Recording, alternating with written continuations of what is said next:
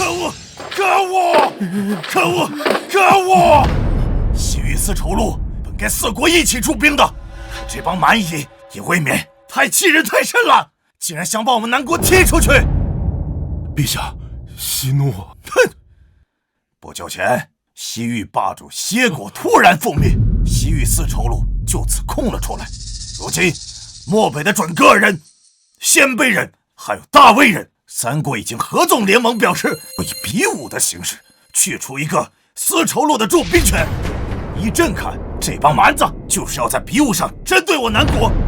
众所周知，我南国是以文治安天下的，若是输掉了比武，失去了丝绸路的驻兵权，那我南国上路的咽喉就要被彻底掐断，我南国的国运就会倒退200年的。陛下，我南国虽然以文治天下，但也群英荟萃，未必不能赢下比武。陛下息怒，保住龙体要紧呢。哼，赢下比武，你们说得轻巧。朕的那些皇子什么德行，朕还不清楚吗？这么多皇子，哪有一个成器的？陛下，陛下，不好了，陛下！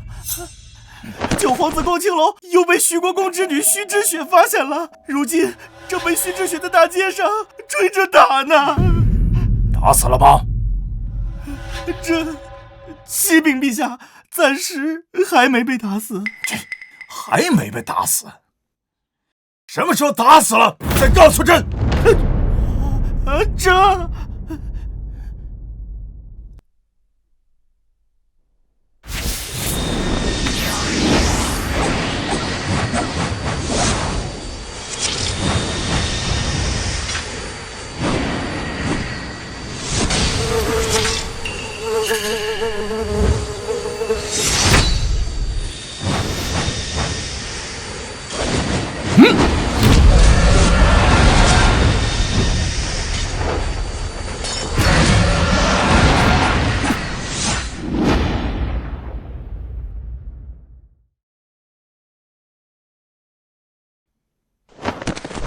恭喜殿下，功力再次增长。张管事，你跟了我多少年了？殿下，属下加入听雨楼10年了。你堂堂一个宗师，怎会心甘情愿为我做事？若不是殿下赐下的大还丹，属下这辈子也只能卡在半步宗师境。是殿下成就了属下，属下誓死为听雨楼效力。去吧。是。叶远。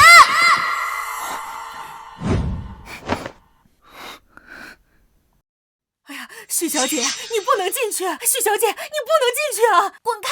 许小姐，哎呀，许小姐，你不能进去啊！哎，许小姐，哎，许小姐，叶远。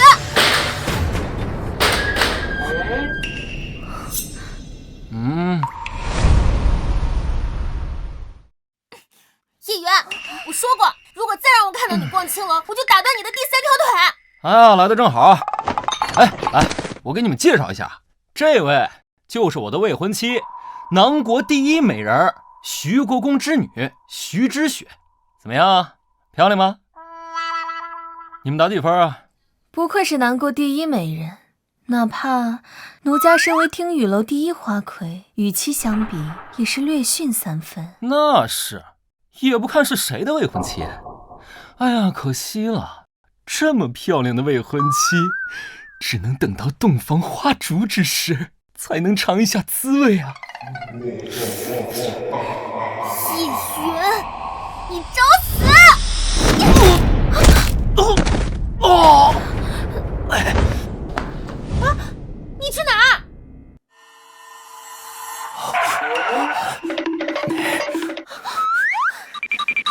叶璇，你再跑！叶璇，你别跑！叶璇，你给我站住！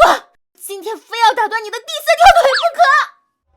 陛下，陛下，云儿今天被徐之雪给打了，还在养伤，你不能饶了云儿休养啊！陛下，陛下！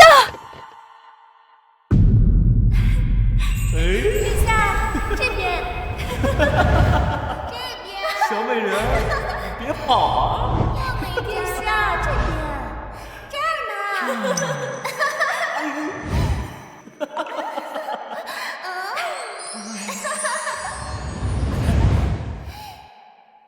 好，技术活当赏。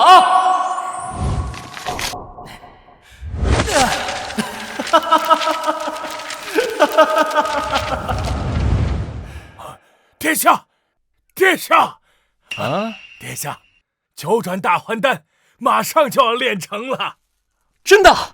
临到夜观天象，推断出最佳的出炉时机，最迟今晚子时，九转大还丹就能出炉了。好，练得身形似鹤行，千株松下两寒经。我来问道，无鱼说：云在清霄，水在平。道爷我要成仙，要成仙！好。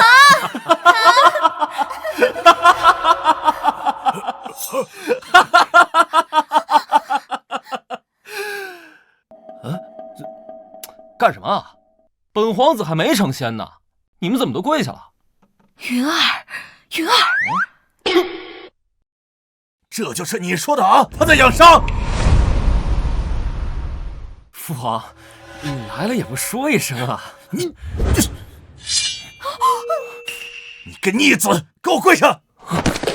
你啊，养道士练仙丹，招妓进宫，白日宣淫暴学无术，荒唐，简直是荒唐啊！啊！现在更是传得整个京城所有权贵都知道了，皇室的脸都被你给丢尽了。谁让他把那个破丹炉拿回来的？你们知不知道？他为了练那个什么狗屁仙丹，几个月前失火烧了乾定殿。张玄，臣在。去把他那个破丹炉给朕砸了，看他还能不能练。是。哎，等等，父皇，你把我贬为庶民也好，发配边疆也好，唯独这炉子你不能动。朕就动了，怎么着？你若是动了，我就和你断绝父子关系。你个逆子，我今天要砍了你！我陛下，万万不可呀！再怎么说，云儿也是您的亲生骨肉啊！你看看啊，你看看你把他惯的，都快给他养废了。过几日就是诸国大比了，让他去，他能行吗？云儿的外公是开国功勋长国公，云儿的母后更是一国皇后，母仪天下。她的娘和外公死得早，她年幼时又因公务繁忙无暇照顾，整个后宫只有臣妾把她视若己出。我不疼她，谁疼她呀？长国公立下不世之功，难道还不能保他的孙子一生无忧吗？好啊，次次都是你的外公当你的保命符啊！若不是看在你外公的面子上，朕早就砍了你了。来人，把这个不孝子给朕赶出皇宫，把他赶到他那个破道观里住一辈子。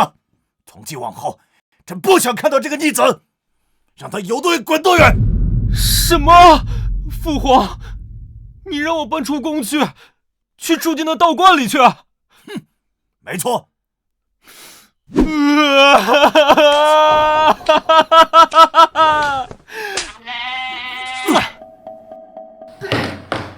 一言为定，双喜临门。你这个畜生，你个皇上，气死我了！皇上，陛下，陛下！还好，陛下只是气岔气，并无大碍，不然连我也保不住叶云了。娘，你刚才干嘛要护着那个废物？为何不让父皇一剑砍死他？陛下也只是说说而已，哪里真舍得下手？毕竟也是姓叶的。轩儿，娘这些年为你费尽心思，处理后宫那些有潜力的皇子，但是叶云不一样，他的外公是长国公，虽已逝去，但威望尚存。娘只有把他养废了，对你才没有威胁。轩儿，你只有成为陛下眼中最出色的皇子，这储君之位，自然而然就是你的。娘，我明白了。殿下，那我们现在接着奏乐，接着舞吗？你觉得本皇子还有心情吗？李道长留下，其他所有人，都滚！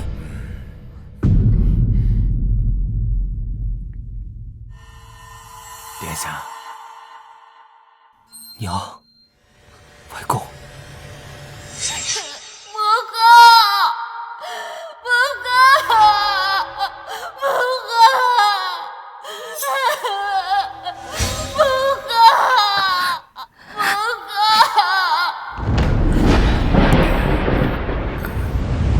皇子莫名被毒蛇咬死，五皇子在房中猝死，三皇子西巡时从马背上摔死，四皇子参加皇家狩猎时失足掉湖里淹死。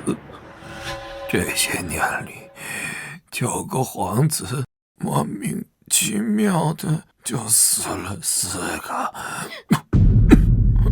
外公害怕呀，怕你成为第5个。云儿，你天资聪颖，文武双全，可外公死后，再也没有人能护着你了。切记呀，从今往后，你万不可锋芒太盛，你要忍，要装，更要藏。只有这样，你才能在这深宫中活下去。听懂了吗？是，外公。这才是我的乖孙儿。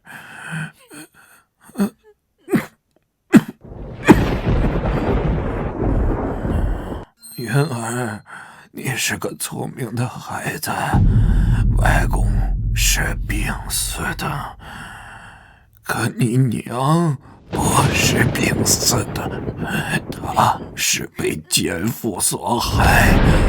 等你平安长大，你一定要替你娘要讨回一个公道。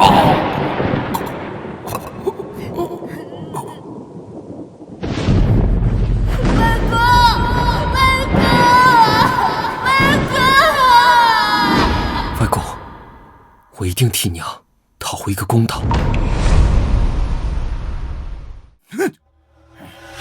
气死我了！气死我了！这个臭小子啊，在皇宫里建道观、养道士、立仙丹也就罢了啊，竟然在皇宫外面造妓院、圈养花魁，整天花天酒地，还梦想着要成仙，荒唐，简直太荒唐！陛下，息怒啊！息怒？我如何息怒啊？啊！如果朕的皇子都像这种顶天的废物，如何在比武场上赢那些蛮子，靠那些权贵的子弟吗？你说九皇子啊，小时候也明明是一个品学兼优的好孩子，怎么现在变成这个样子？陛下，九皇子可能是因为他母亲和长国公的死，对他打击太大了。哎，行吧，你先下去吧。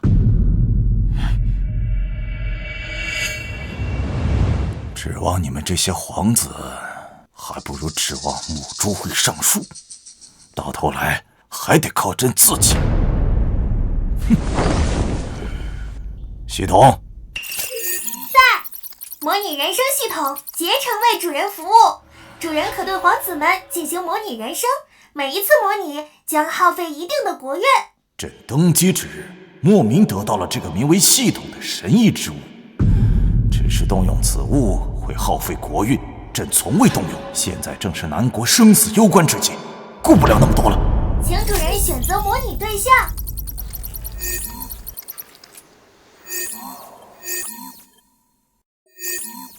叶延之。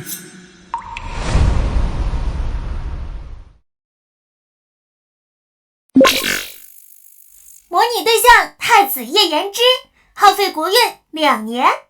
模拟开始。太子叶延之，天资出众，3年前被南国皇帝立为储君，然天妒英才，于1年前突然患病，终日卧床，最终病入膏肓，于半年后离世。朕最宠爱的太子，竟然活不过半年。综合评估，英年早逝，文武兼备，南国栋梁。可惜了，言儿若不是病重，在诸国比武场上，未必不能为我南国夺魁呀。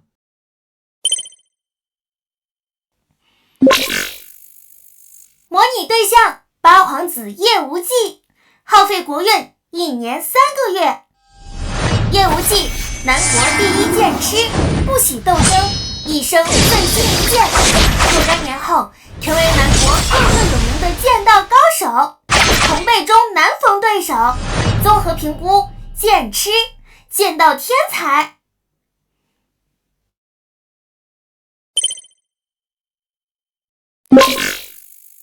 模拟对象二皇子叶轩，耗费国运1年6个月。二皇子叶轩，皇贵妃一女子，在人生力支持下，太子叶元之后，成为继任元勋。综合评估，武道之才，年少有为。不错，朕的这些儿子也不是个个的不成器。叶云，何必在你这个废物上浪费我的国运值？哼！去！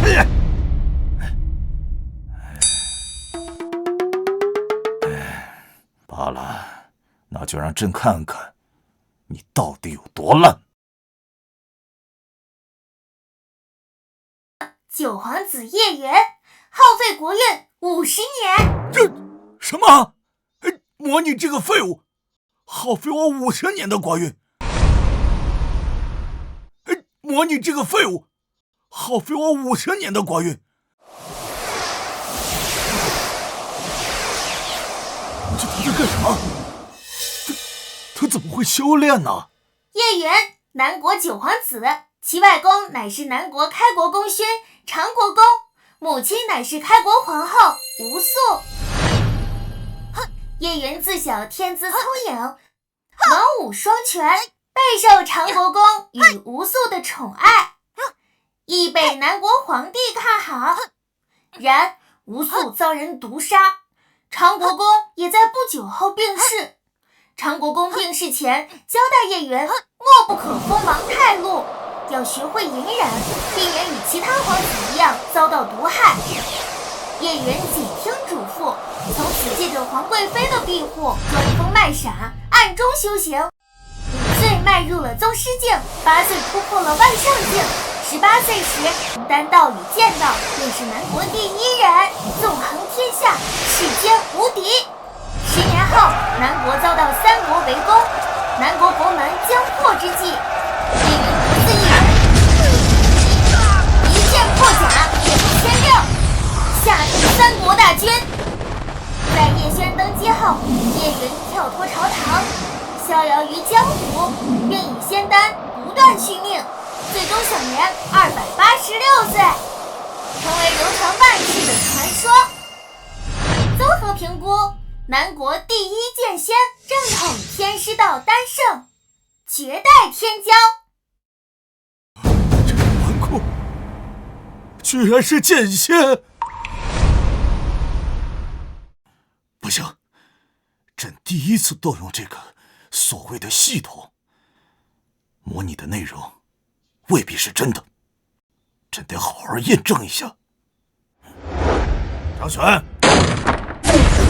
陛下，有何吩咐？你去试探一下九皇子。九皇子，陛下，前段时间九皇子被徐国公之女在大街上撵着打都没还手，我如何试探？差点忘了，这小子一直在藏拙。就算想试探，他要是不还手，还怎么试探？他不是对他那些炼丹的东西比我这个当爹的还要亲吗？你去把他那个炼丹炉给砸了，看他还淡定吗？是。张玄可是京城第1大高手，朕倒要看看，是你一直在装疯卖傻，还是系统模拟的东西根本就是子虚乌有。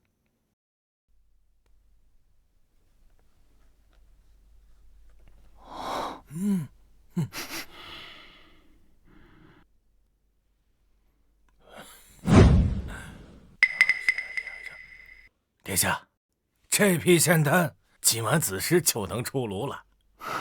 好，你先退下吧。九转大还丹至关重要，我要亲自盯着。是。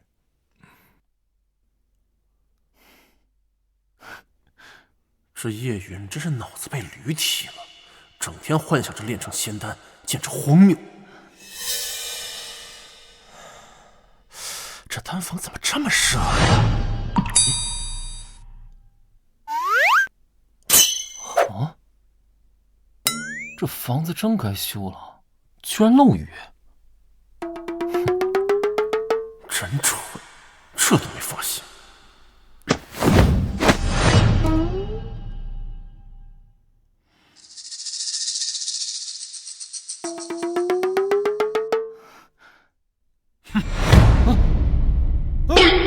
你是谁？好好饶命！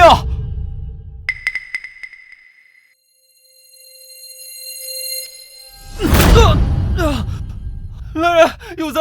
护驾！护驾！你要干什么？他不是对他那些炼丹的东西比我这个当爹的还要亲吗？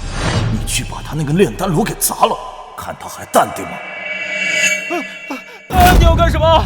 有话好好说，别动我的丹炉啊！你要钱是吧？多少钱我都给你，多少钱我都给你啊！哼！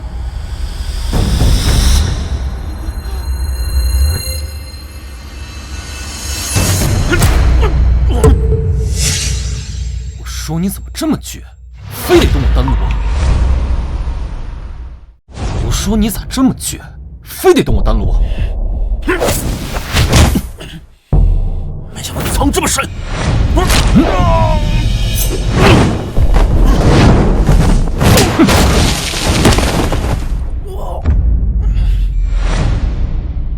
动我可以，动我的丹炉得死！参见陛下！啊！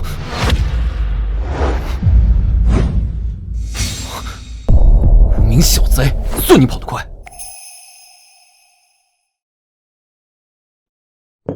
张玄怎么还没回来？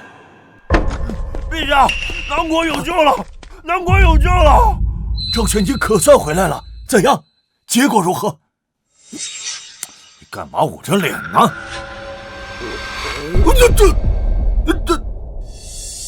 这是谁把你打成这样的？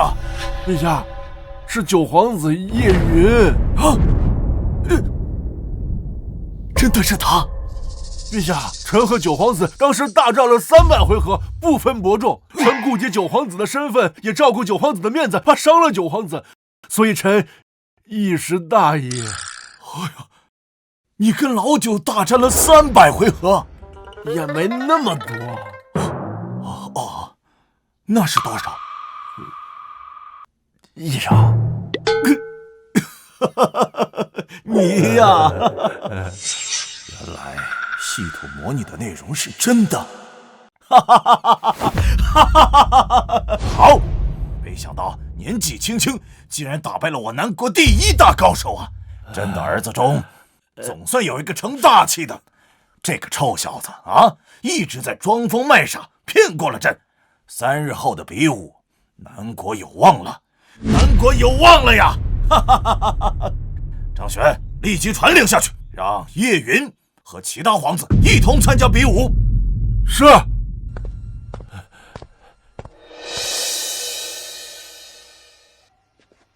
娘，我们何必在这个废物身上浪费时间？2次3番就过来看望他。这么多年都忍过来了，也不差这么一天。更何况我每次看见他那废物模样，再看看你，娘心中总有说不出的开心。舒服。啊？嗯？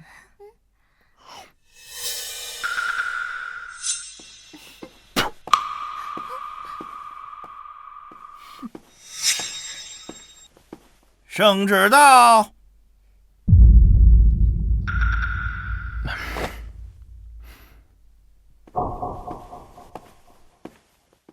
九皇子叶云接旨。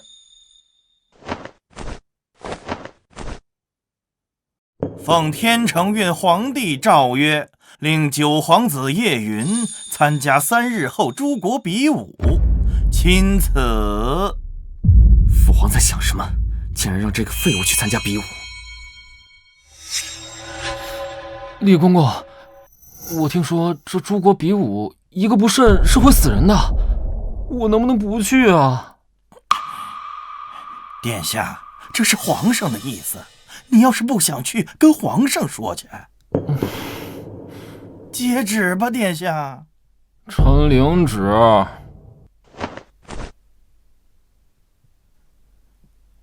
哎，殿下，3日后的诸国比武，你可不能再让陛下失望了。老奴告退。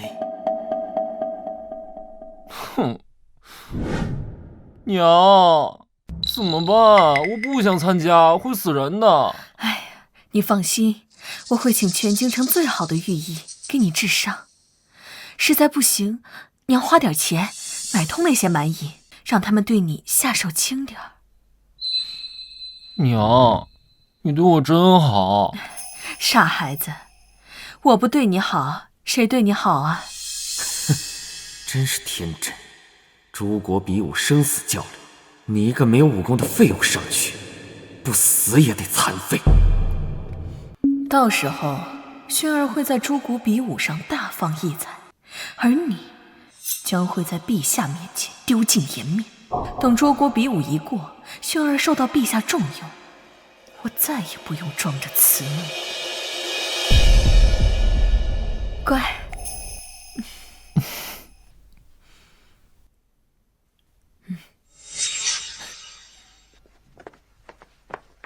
父皇脑子进水了，让我一个纨绔废柴去参加比武。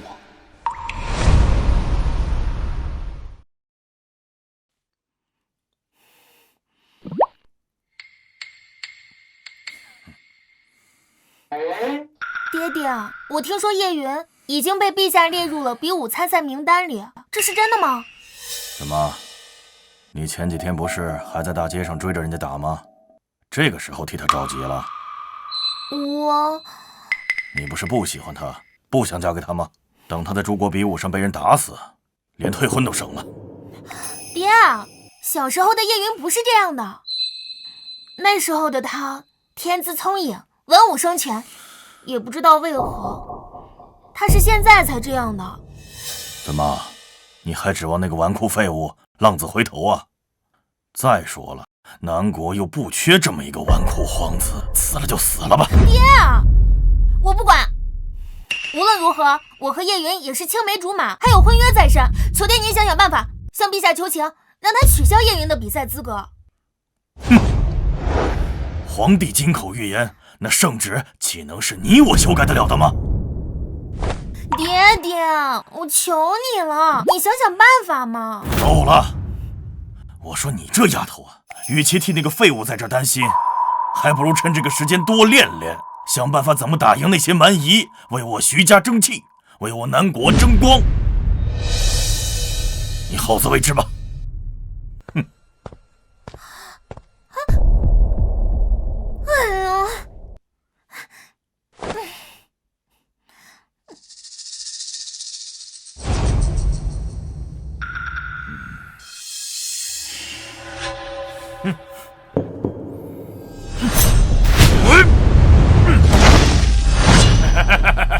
南国皇帝，如果你南国能在大比中获得头筹，那丝绸路的驻兵权就归你们。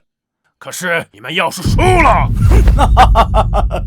我南国不会输。想不到南国皇帝竟然如此自信。哼，虚张声势，南国地广人多，却是以文治国。对付南国这些权贵武者，八狐狸一个人就够了。哼，有老九在，朕想输都难。南国的权贵子弟们，你们谁先上啊？我们南国可不是好欺负的，我跟你打。慢着，上台的人选朕来定。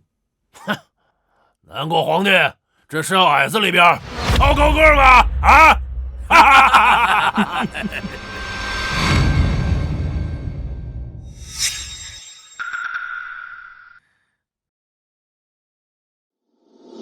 儿，你上。我。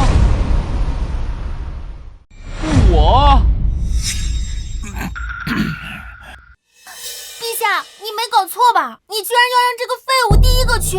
父皇为何突然对九弟态度大变？莫非九弟彻底惹恼了父皇，连父皇都不想要这个儿子了，所以让他去送死？父皇，不可呀！九弟再怎么荒唐惹事，可他毕竟是您的亲儿子，父皇怎么忍心让九弟上去送死啊？不行，陛下，万万不可呀！云儿再怎么说也是您的亲生骨肉，不行，我不同意。哎，你们懂什么啊？云儿，你还愣着干什么？快上去！云儿，你放心啊，娘已经请了最好的御医，就算断手断脚，也能给你接回去。放心上。谢谢娘。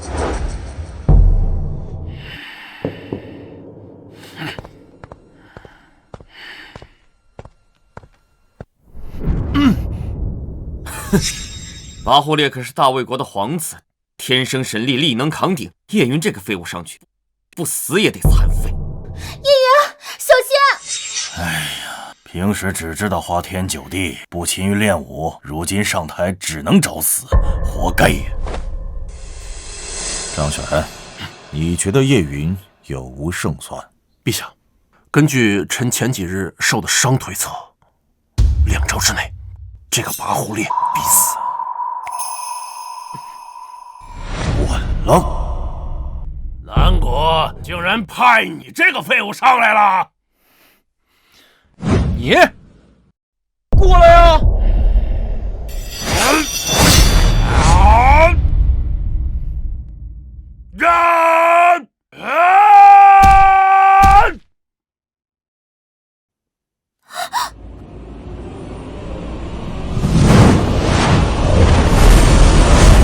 哎呀，来了！哎呀，来了！我是说，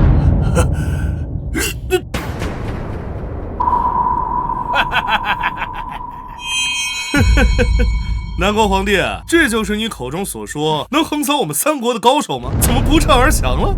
哈哈哈哈！看来南国全是懦夫！哈哈哈哈哈哈！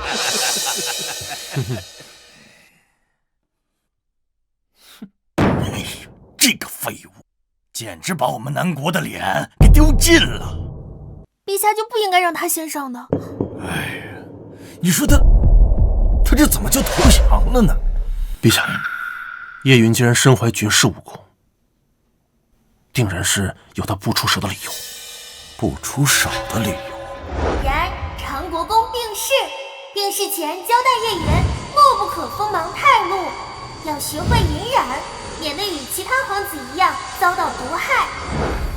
朕明白云儿为什么要藏拙了。怎么？难道你们南国一个也没能打的吗？过来！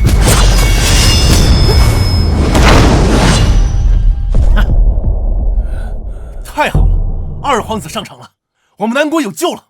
二皇子武功超群，一手枪术早已出神入化，9位皇子中，恐怕只有那位剑痴八皇子才能稳压他一头。早就让二皇子上台，不就完了吗？二皇子不比那个草包强。轩儿，你可得争气，只要赢了这次比武，太子之位就是你的了。也罢，先看看其他皇子的表现也好，实在不行还有老九兜底呢。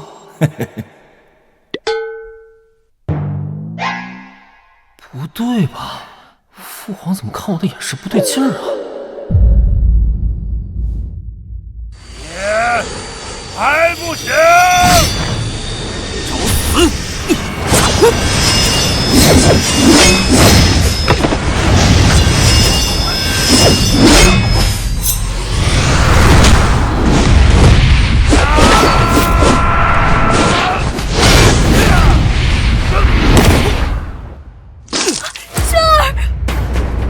二弟，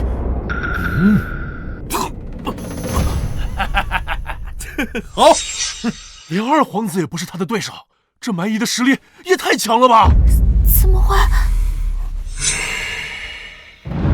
看来其他人指我不上。叶云，你不就是要自保吗？朕给你权力，给你兵马，你就不用再装了。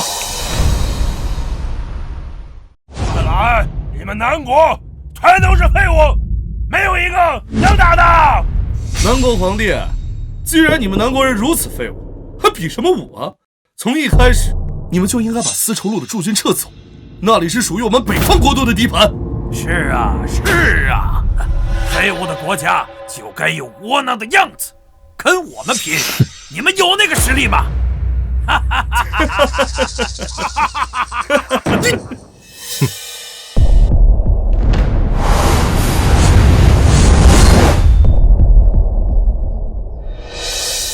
是八皇子。八皇子可是南国第一剑痴，不惜争斗，醉心剑道。以他的天赋，将来几十年问剑宗师也未尝不可呀。朕倒是忘了，还有他。他终于要出手了吗？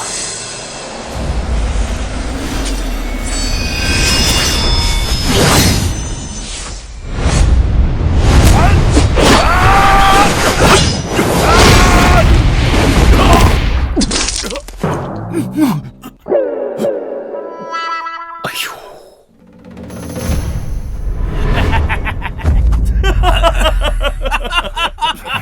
哎呦！连最强的皇子都不是拔狐狸的对手，这是天要亡我南国呀！这点实力也来装逼？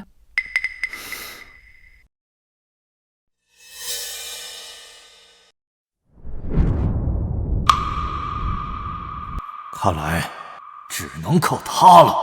谁能助我南国在比武中夺魁，朕便封他为镇北大元帅，接掌10万北元军。北元军可是长国公生前管辖的军队呀！长国公死后，镇北大元帅的职位一直空着。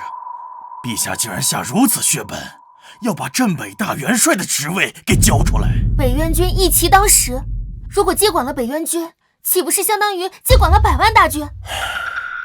就算陛下许以重礼，这些蛮夷的实力如此恐怖，想要夺魁，那也是难如登天呐！这下，朕就不相信你还不心动。这时候想着封赏，早干嘛去了？南国皇帝急了。北元军镇北大元帅，外公生前掌管的大军，这可是实打实的实权。有了这支军队，我还何惧皇贵妃那老妖婆？陛下，此话当真？哼，上高了。君子一言，驷马难追。好。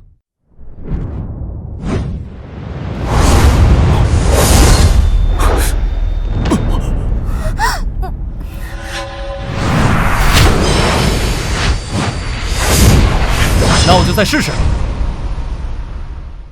这不战而降的废物，你还敢上台？嘿嘿，你真是不知死活呀！我也不欺负你，我让你先出手。那我就却之不恭了。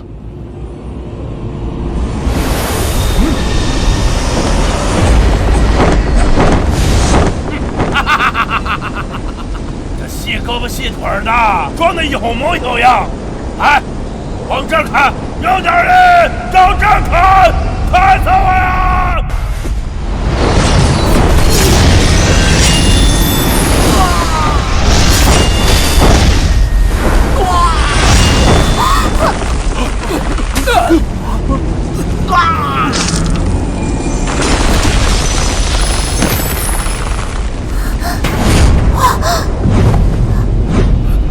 什么？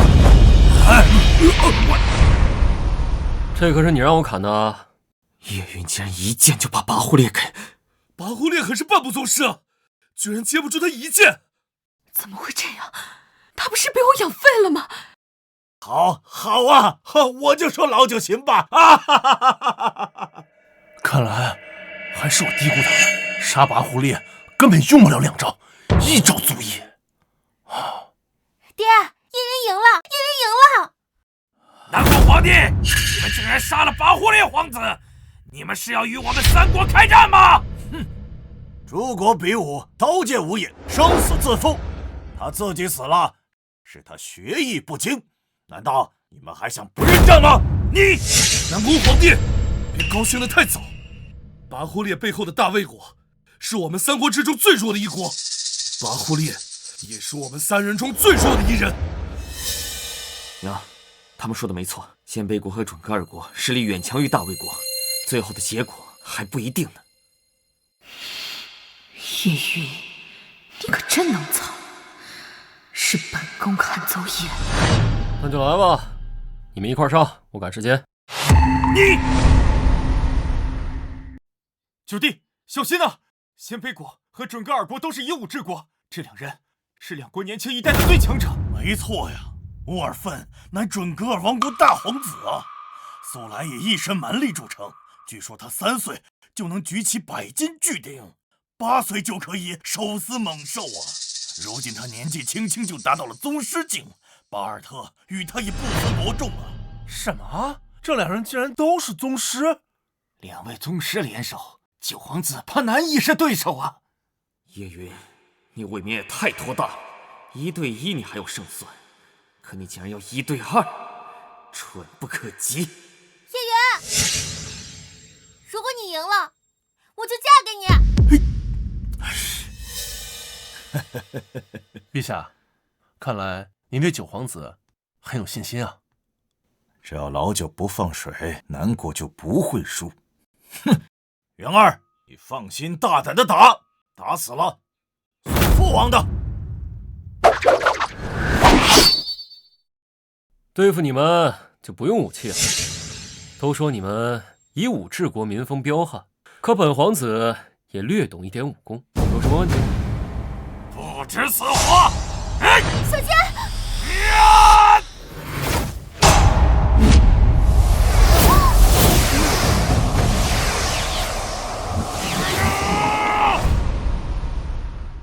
乌永芬全力一击，竟然被他一只手就接了下来，有破绽！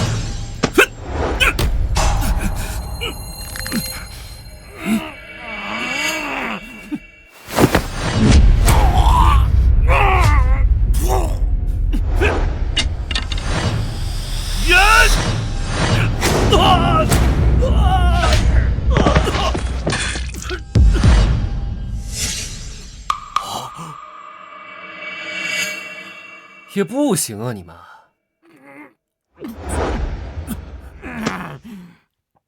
你怎么会这么强？想学吗？想学我也不教你。诸国比武，夺魁者南国九皇子叶云。哈哈哈哈哈！好，赢了！爹，我们赢了，我们赢了！太好了！谁说我南国不行？我南国武力昌盛，南国武力昌盛，南国武力昌盛，南国武力昌盛。赢！谁说你们赢了？你们别高兴得太早了。你们以为赢了这场比武就能获得丝绸路的出兵权吗？我告诉你们，这是不可能的事情。丸子，你什么意思？当初我们可谈好了，只要我南国赢得比赛，丝绸路的驻兵权就归我们。口头约定而已，你们还真当真呐？既然他们想要，就把丝绸路的驻兵权给他们好了。但是期限只有1天，1天之后你们必须撤军，这样也不算我们失约。无耻，真无耻！这个世界的规矩本来就是以强者为尊。哼，等你们能扛得住我们三国的联盟大军，再来跟我们讲道理。我是不是下手有点轻啊？快走！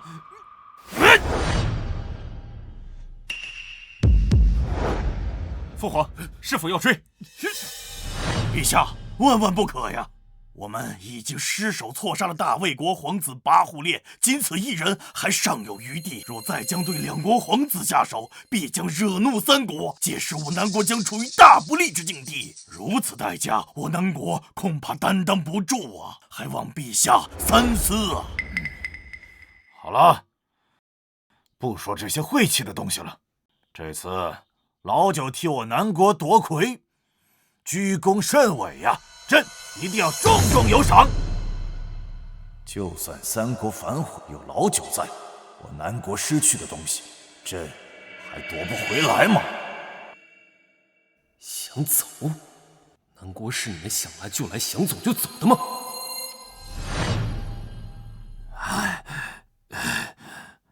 想不到南国的实力竟然这么强！这世间9品武者之上，还有宗师、金刚、指拳、万象四境。那南国九皇子叶云击败了咱们3人，他的实力至少是金刚境。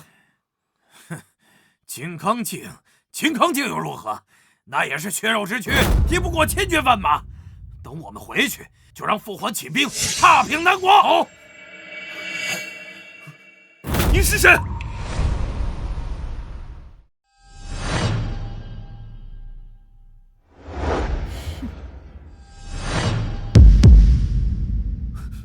你是谁？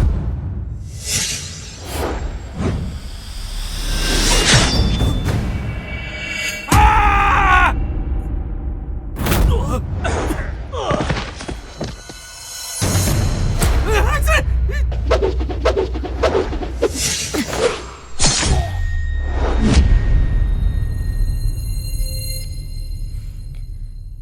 杀人者，听雨楼花魁，青鸟。什么？我儿乌永愤死在了南国。国主，不只是乌永愤皇子，还有大魏国、鲜卑国那2位前去参加比武的皇子也死在南国。什么？这怎么可能？以文治国最让我们瞧不起的南国，竟然有这样的实力！一个小小的南国，真是好大的胆子，竟然敢杀我儿子！正好三国缺一个发难的理由，不从南国身上割下10几座城池，这事儿就不算完。他南国也休想再得到丝绸路的驻兵权，马上给大魏国和鲜卑国传信，我要让南国死！是。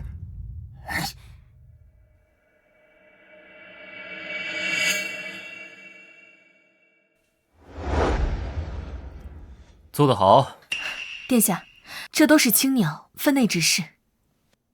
这是我最新炼制的9品大还丹，应该能助你突破金刚境。这就是比之前殿下赐给张管事的8品大还丹还要厉害的9品大还丹，好浓的药香。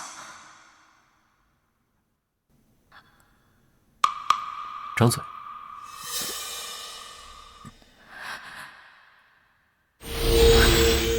我的境界竟然这么快就开始松动了，谢殿下。外公，我终于有机会为娘沉冤昭雪了。叶云，叶云，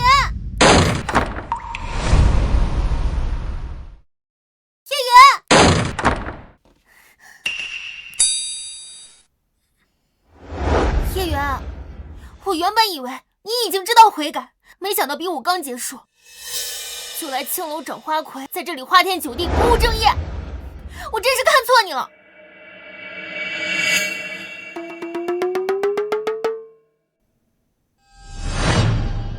我记得某人说过，比武大会结束之后，若是我赢了，就会嫁给我。这话还做不做数？叶云，你不要以为你比武夺魁救了南国就可以得意忘形。你要是不改当初，我还是会一样讨厌你。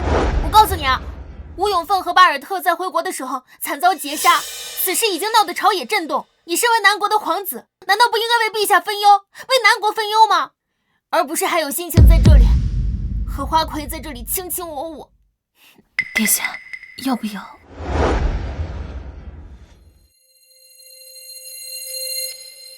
回答我刚才的问题。他怎么变得那么霸道？当然作数。那既然作为我的未婚妻，怎么能如此不懂事？哼！你明知道听雨楼是我的产业，这青鸟是我听雨楼的花魁，也是我的下属，他最近表现得不错，我给他一点鼓励，有什么问题吗？没问题。那下次就不要打扰我在听雨楼与青鸟议事。下不为例。明明是我差点捉奸在床，怎么变成是我的错了？岂有此理！在我面前装了10几年，连我也被他骗了过去。娘，明日的朝会上，父皇就会给叶云封赏。若是叶云得父皇器重，这太子的位置……哼，区区纨绔，不过会点拳脚功夫而已，还掀不起什么风浪。轩儿，这些年，娘在朝中笼络了不少朝廷重臣。明日晨会，你只要向叶云发难，朝廷重臣都会站在你这一边。我就不信，凭他一人能敌过满朝文武。轩儿，你要记住，千万不能让他当上这个镇北大元帅。一旦让他掌握了实权，我们的好日子可就到头了。好。九皇子，太子他什么时候坏了？娘，咱们慈明宫给太子用药材快用完了，等一下让下人补一补库存。太子这顽症痼疾，得加大药量，好好治一治。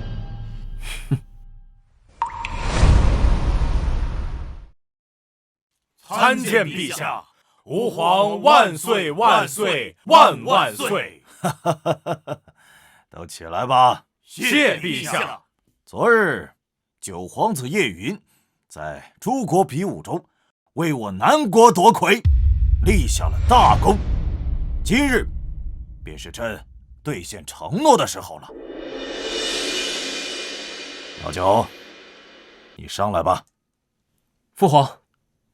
老九，朕封你为镇北大元帅，封地北凉，接掌10万北元军。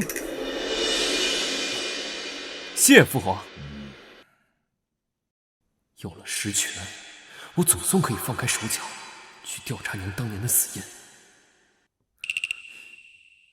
父皇，我反对。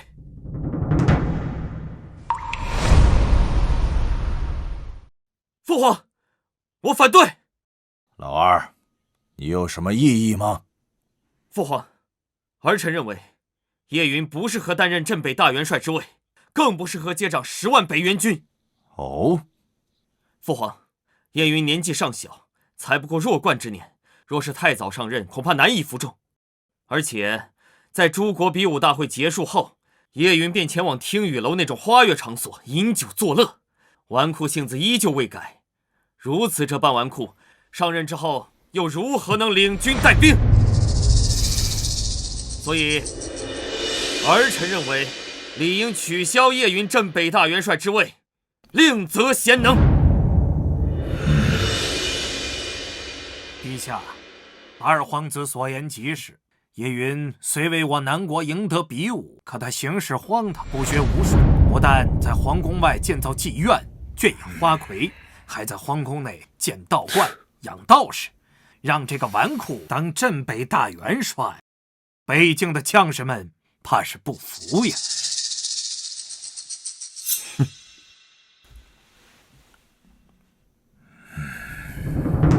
不错，陛下，不服是小，以他这般纨绔的性子，陛下，臣唯恐九皇子到北元军上任不出半年，就把北元军的军纪给败坏了。到时咱北元军有一个算一个，有样学样，咱南国最精锐的部队将会变成一团散沙，战力大打折扣。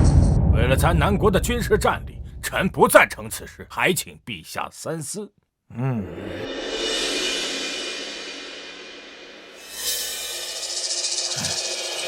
们难道要让朕食言不成？臣不敢。如果陛下非要让九皇子当这镇北大元帅，也不在这一时。臣建议让九皇子先去北境边关历练3年，磨砺磨砺性子。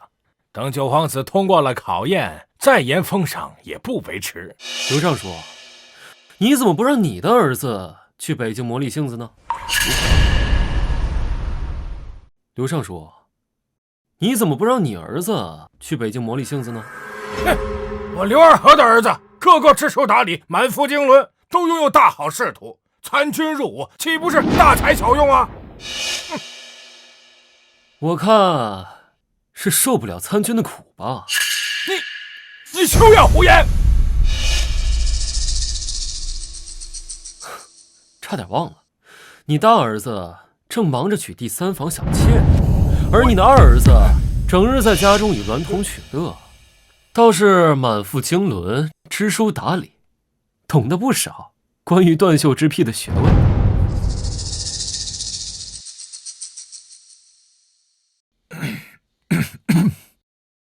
没想到这老九武功超群，连口才也一流。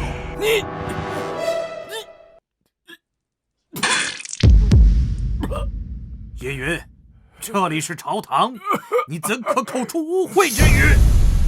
孙大人，你说我不适合当镇北大元帅，那就让你儿子来当吧。不过你儿子倒是我听雨楼的常客呀，还在我那儿挂了20万两的账。我看您老还是先替他把账还了再说吧。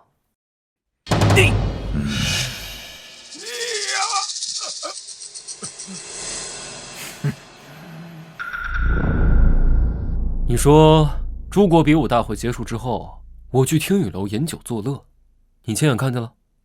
我的手下看到了。那你手下亲眼看见我在听雨楼里饮酒作乐？我的手下亲眼看到你走进听雨楼，难道这还不够吗？你这书怕是都读到狗肚子里去了。叶云，你什么意思？这京城上上下下所有权贵都知道，听雨楼是我的产业。这我去听雨楼可以是管钱管人，怎么就一定非得是饮酒作乐呢？你没有亲眼看见，我走进去之后，你手下也不在场，无凭无据就敢污蔑忠良，我可以向父皇告你诽谤。我可以作证。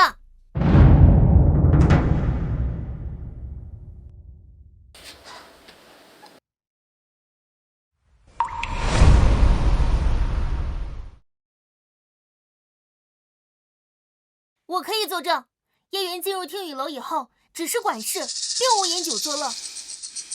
哼，不管怎么说，叶云身为本朝皇子，却在皇宫之外建造妓院，供自己取乐，行事荒唐，伤风败俗。叶云品行低劣，本性难移。镇北大元帅这个职位，让他担任的话，依然不妥。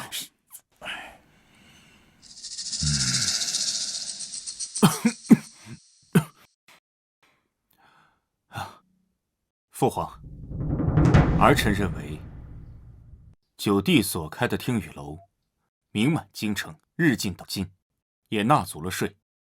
如今我南国国库空缺，九弟的产业也算是为我南国做了一份贡献。倘若九弟能够收一收往日的性子，未必就不能担任镇北大元帅一职。大哥说的对，九弟比我们任何人都强，他配得上这个位置。是啊，陛下，九皇子在比武大会上胜过3国联盟，一鸣惊人，可以见证九皇子的能力。若是九皇子能够改过自新，日后必受南国之栋梁啊！陛下，我也认为应该给叶云一个机会。老九，你的为人朕还不清楚吗？朕知道，之前你的一切都是装的，朕信得过你。徐国公这对父女，平日里不是对这纨绔十分厌恶吗？怎么突然开始为他说话？不行，绝不能让叶云得逞。父王，不能给叶云封赏。够了！从即日起，叶云便是北凉大元帅，执掌10万北援军，镇守北凉边境，朕意已决，无需再议。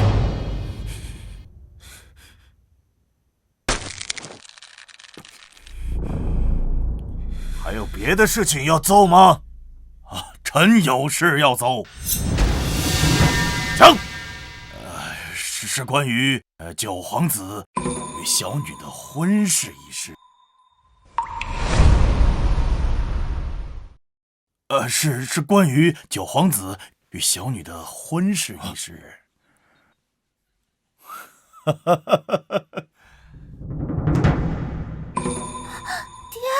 九皇子与小女徐之雪自幼便有婚约，二人如今已经到了适婚之龄，臣恳请陛下将二人的婚事尽早提上日程。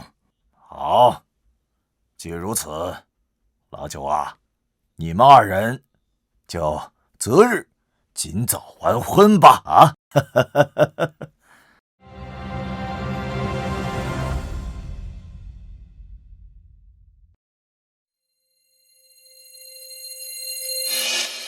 奇怪，之前徐国公不是一直想方设法阻拦这门婚事吗？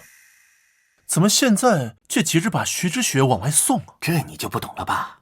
今后九皇子可是镇北大元帅，官职不比徐国公差，又身怀绝世武功，这可是妥妥的金龟婿呀！难怪人家是徐国公，果然姜还是老的辣呀！陛下。如今三国蛮夷反悔，不让我南国在丝绸路驻兵，且三国皇子还死在了我南国，恐怕会惹怒三国呀。如今当务之急是解决这两件事，而不是这些儿女情长。老九，你怎么看？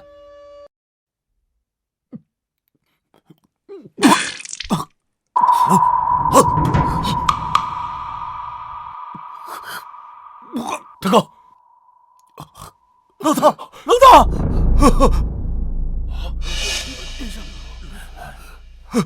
老大，老大！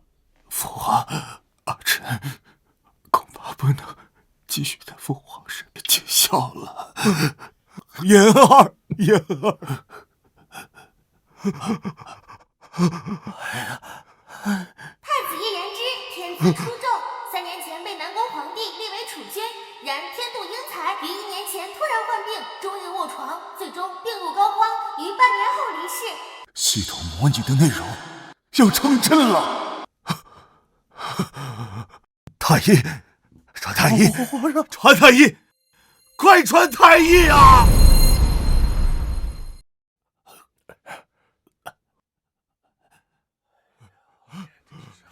太医快呀！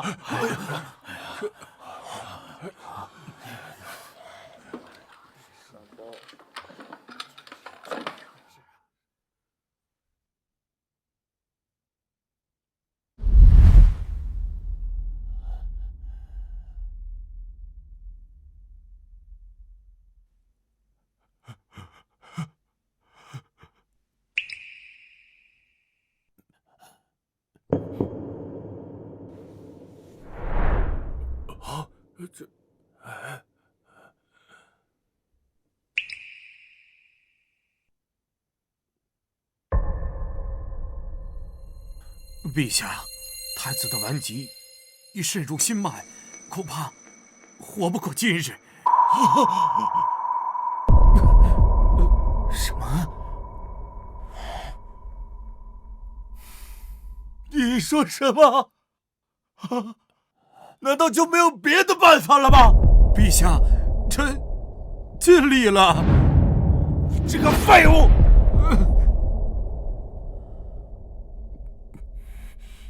父皇，让儿臣试试。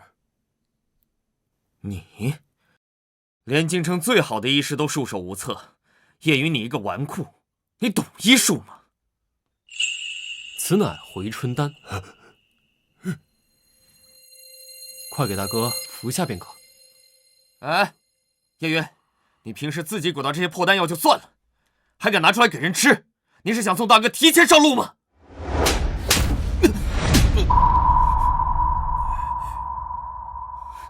你敢打我？什么都不懂，别说话。你父皇，他好了，既然没有别的办法，那就先试一试老九的法子。太医，是。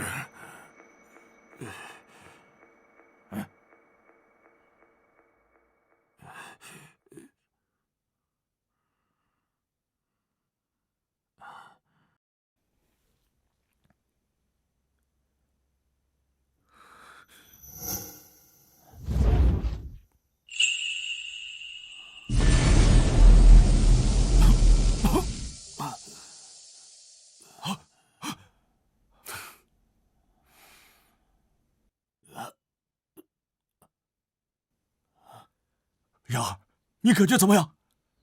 我感觉好多了。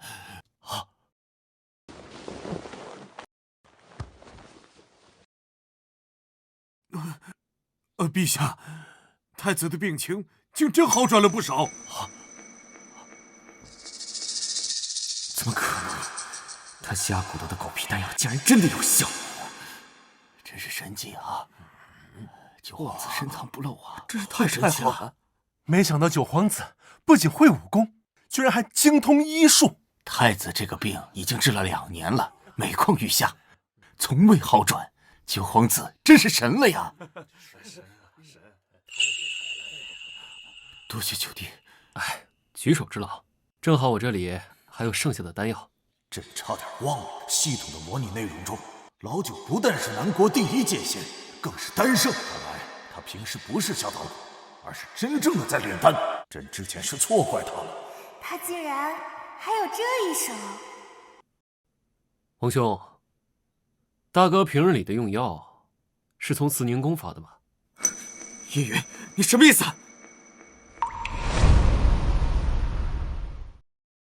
叶云，你什么意思？2年前大哥突发恶疾，全城的医师都束手无策。这自从慈宁宫的药日复一日送入大哥口中，大哥的病便越来越重。叶云，你是在怀疑我娘吗？别忘了，你小时候谁照顾你的？是我娘，也是你娘。你要当那忘恩负义的白眼狼吗？这个时候就别道德绑架了。我这个人喜欢就事论事。如今这大哥的身体出了问题，你们慈宁宫也应该负部分责任。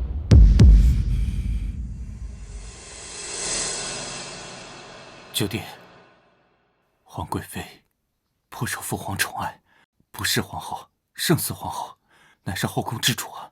况且她平日里待我也不薄，怎么会做出这种事呢？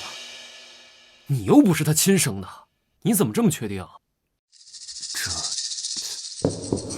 父皇，我娘乃是你最宠爱的贵妃，她的为人您最清楚不过了，她绝不会做出这等事情来的。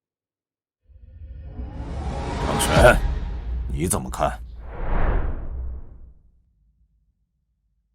陛下，皇贵妃乃后宫之主，位高权重，没有你的命令，我等轻易不敢动啊。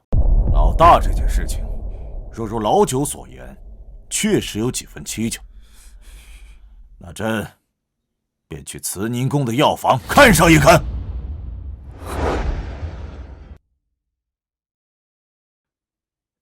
娘，娘，不好了，不好了！什么事儿？慌慌张张的。父皇开始怀疑您了，他带人去查慈宁宫的药房了。什么时候来？已经在路上了。什么？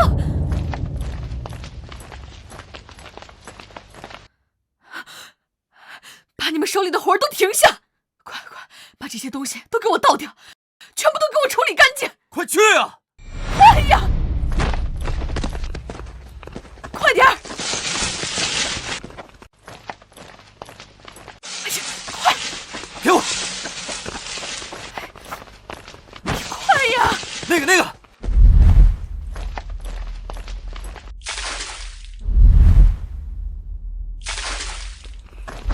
快！全部都给我处理干净啊！把什么处理干净啊？父皇，陛下，陛下，父皇，陛下，您怎么来了？你刚才说要把什么处理干净啊？啊？说话呀！说。陛下，陛下，陛下，三国使臣到了，说是有要事找您商议。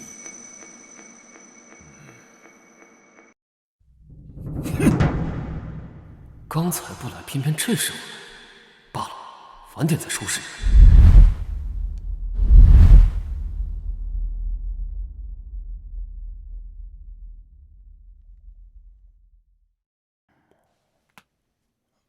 南国皇帝，我三国3位皇子都死在了你南国，这件事你必须给我们一个交代。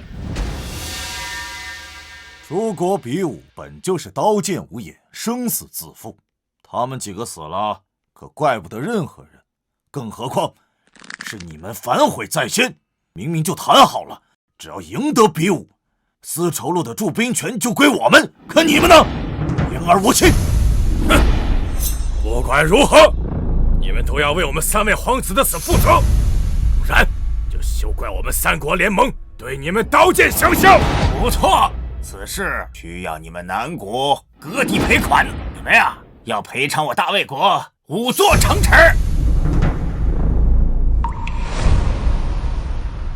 你们呀要赔偿我大魏国5座城池。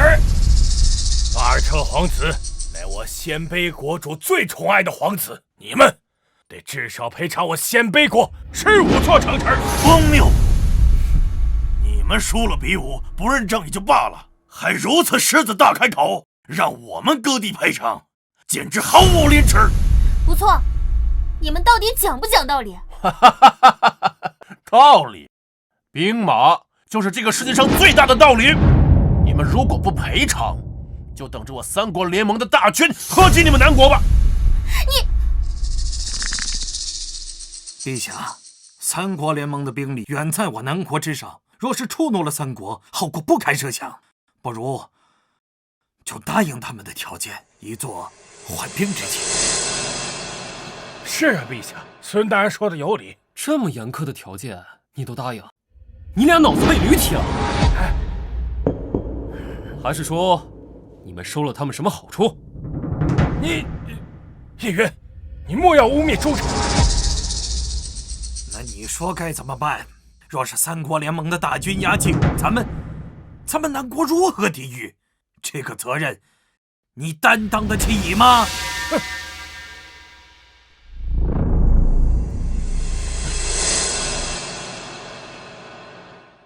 父皇，此事交给儿臣来办。我倒要看看老九如何解决此事。可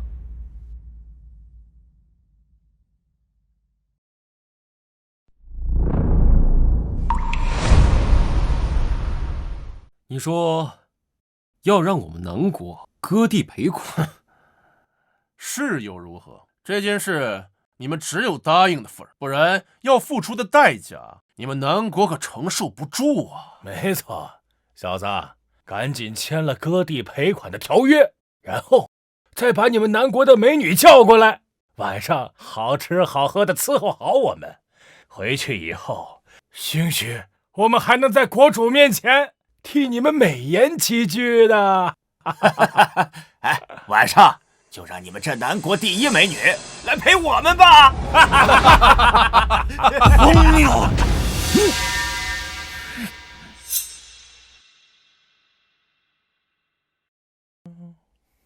剑来！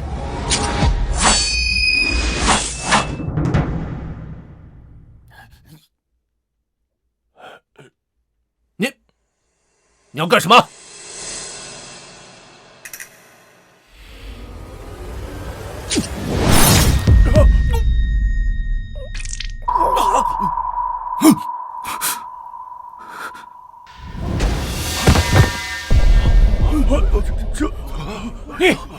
你竟敢杀我三国使臣！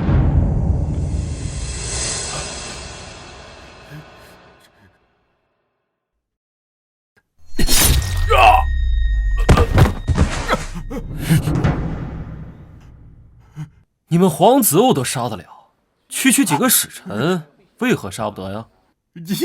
好啊，这下你们南国休想得到丝绸路的驻兵权。是吗？别杀我！我这就走！我这就走啊！我这就走！别杀我！别杀我啊！别杀我！啊！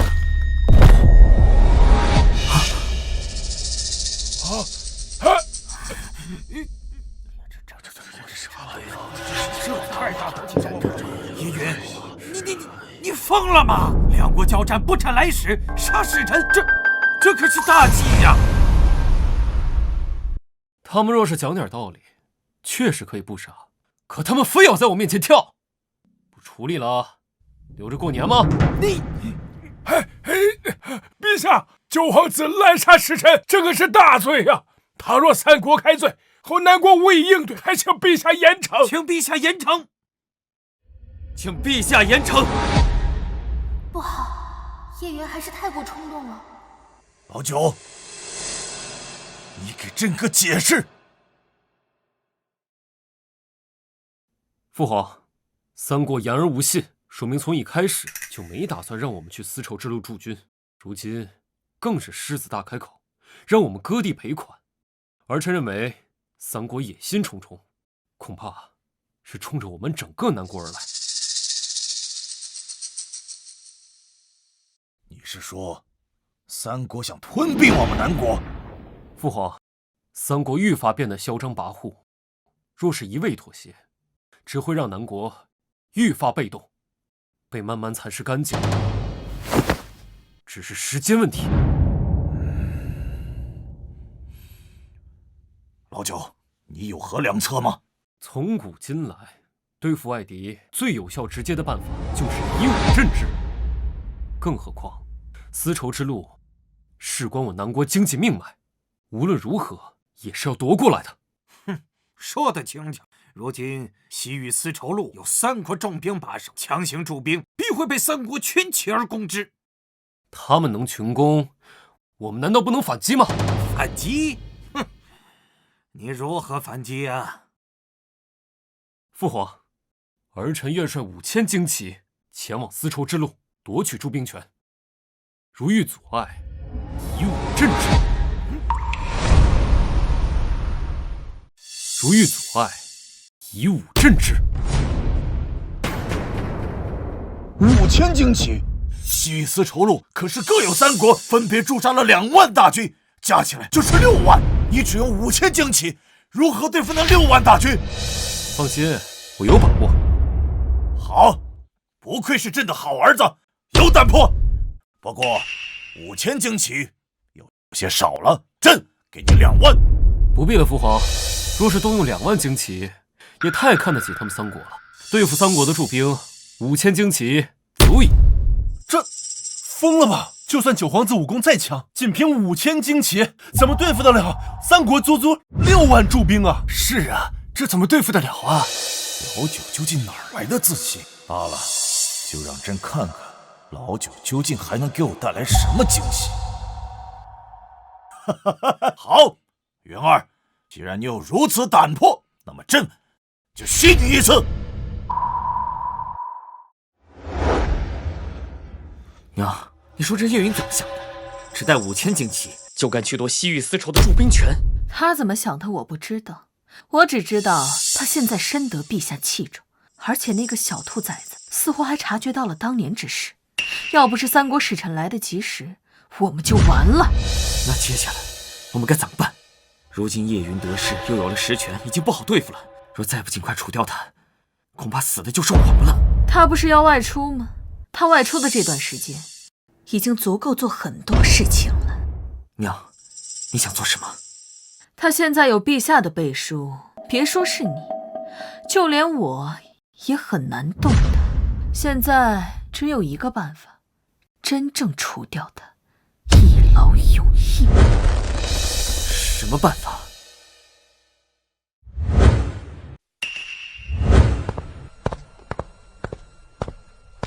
既然你作为皇子对付不了他，那就成为皇帝。皇帝？可我现在连储君都不是啊！放心，一切交给娘，计划也该提上日程。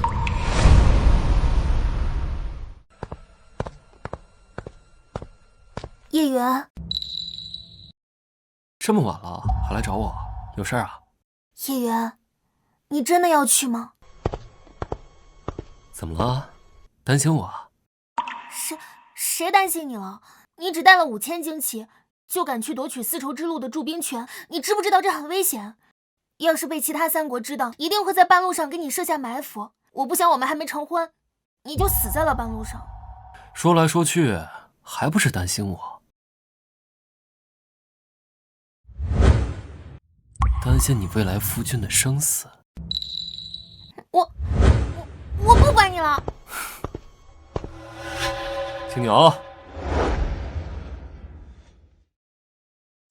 都准备好了吗？按照殿下的吩咐，一切都准备好了。什么？岂有此理！一个小小的南国，竟然敢杀我3个使臣！国主，杀死我3国使臣的人，正是南国9皇子叶云。看来之前杀死我3国3位皇子的人，也是他。叶云，哼，好一个叶云！国主，最新传来消息，叶云要率5000旌旗夺取丝绸路的驻兵权，而且他还说对付我们3国驻军5000旌旗就够了。这个叶云完全不把我们3国放在眼里啊，国主！既然他那么自信，那我就让他有来无回。通知另外2国，在西域丝绸路上各加派1万驻军，同时在丝绸路的必经之路上设伏，守株待兔，无论如何都要杀了叶云，为3位皇子报仇。国主，这样一来就是9万驻军，用9万驻军对付5000旌旗，会不会太大材小用了？南国有句古话叫狮子搏兔，一须全力。他叶云就是仗着自己武功高强才敢这么自信，就是让他知道武功再强也抵不过千军万马，有普通人集结的军队就能活活推死他。陛下，9皇子亲自率领的5000旌旗已经上路了。张玄，你再集结5万旌旗，等老九求援，一定第一时间前去营救。老九有信心，有胆魄是好事啊，可若是出了半点差池，将是南国莫大的损失，也是我南国承受不起的打击。没想到如今陛下对9皇子如此看重，比起太子的待遇都有过之而无不及。是。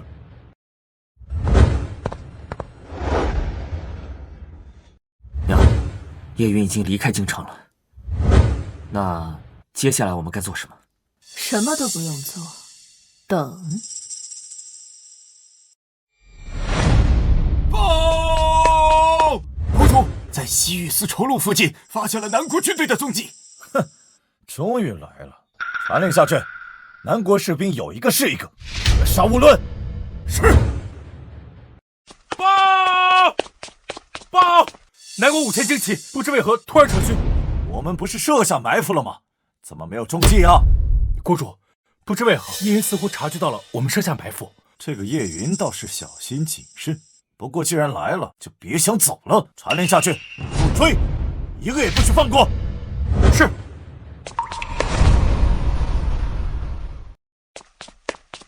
报！国主，由叶云率领的5000旌旗始终与我军避而不战。这个叶云不是说对付我们3国只需要5000旌旗吗？怎么现在只会仓皇逃窜？真是个胆小鬼！殿下，我们为何一直要避战？这样如何夺取丝绸路的驻兵权？算一下，时间也差不多了。什么？我们反击的时候，哎呀，你先下去吧。是。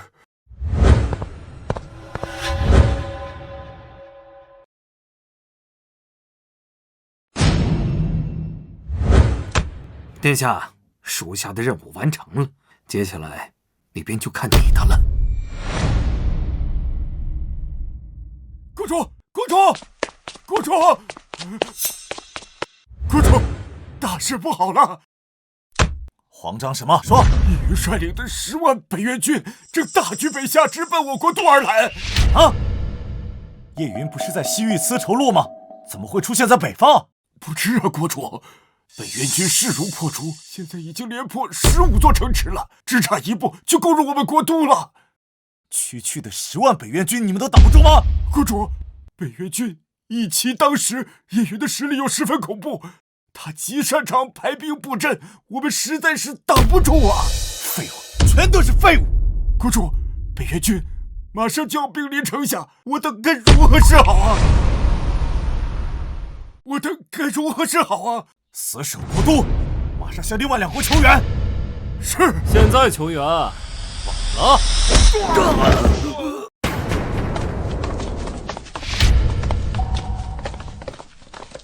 来人！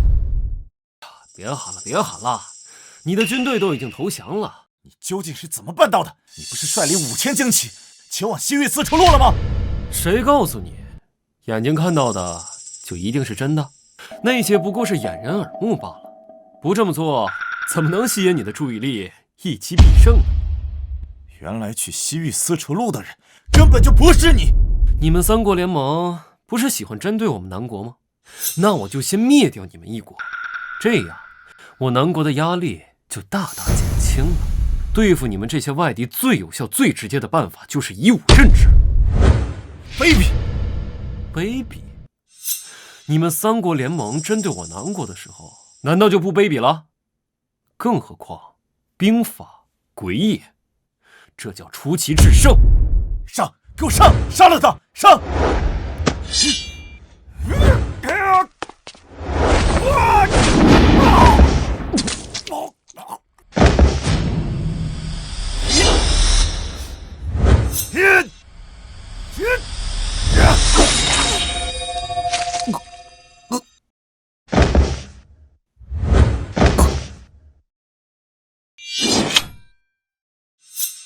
从今日起，再无准噶尔国。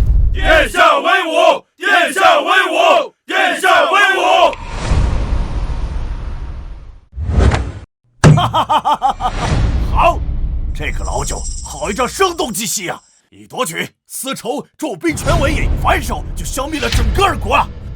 陛下，九皇子这算不算擅自出兵？无妨，朕相信等老九回来，一定会给朕一个满意的解释。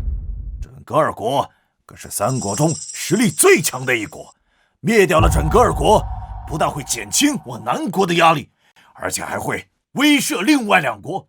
无论如何，这都是奇功一件。等老九回来，朕一定要重重的赏。陛下，太子突发恶疾，吐血不止，恐怕是危在旦夕。什么？哎呀！太医，快！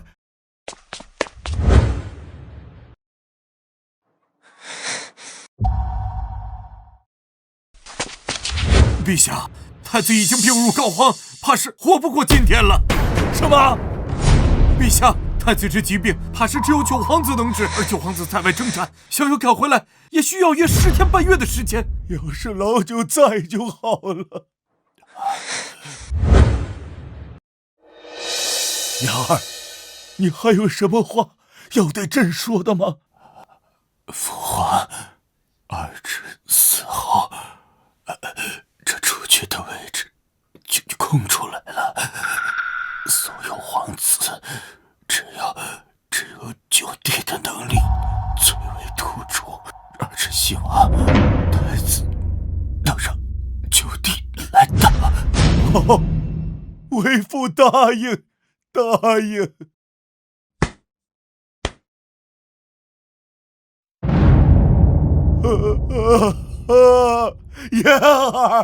言儿啊！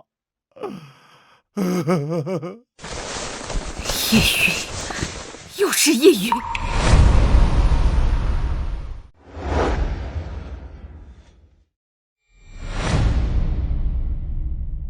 你说，老大好好一个孩子，怎么就会莫名其妙得上了那种治不好的怪病啊？陛下，你也别太伤心了，太子就是命不好。这么多年，加上老大，这莫名其妙死掉的那些皇子，总共5位了。老天爷呀，你非要灭了我叶家的龙脉吗？陛下，人死不能复生，还需向前看。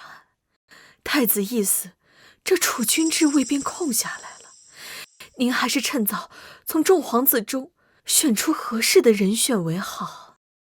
臣答应过老大，会立叶云为储君。陛下，臣妾认为立叶云为新晋储君不妥啊。哪里不妥？叶云未经陛下允许，擅自起兵北征，如此行事，恐有反骨之嫌。若立一个有反骨之人为储君，不仅会威胁到陛下，日后恐国家动荡。哼！老九出兵灭掉准噶尔国，功劳远在丝绸路驻兵权之上，难道这还不够吗？况且朕也相信，老九回来之后一定会给朕一个满意的解释。没想到短短时间，陛下对叶云的宠幸已经达到这等程度。不行，我一定要为轩儿争取到太子之位。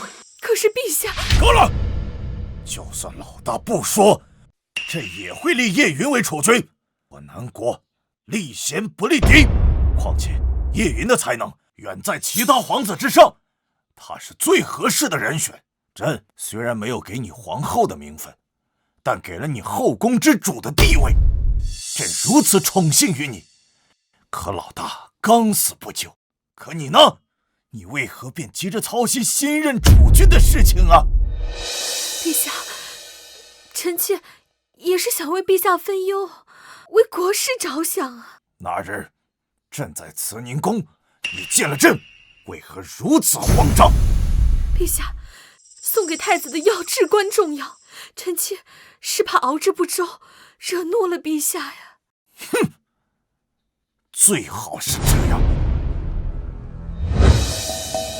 不行，陛下已经开始怀疑我了，不能再拖了。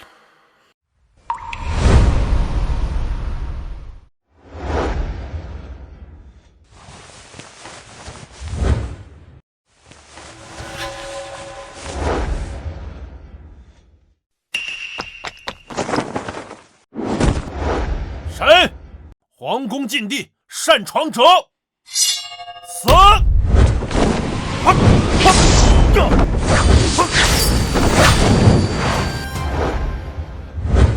好了，都下去吧。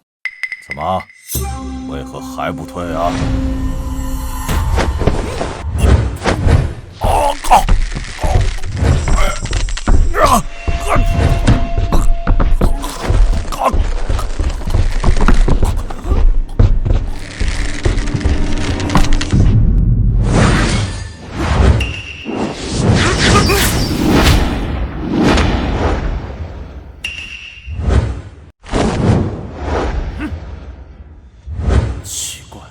怎么感受不到陛下的气息了？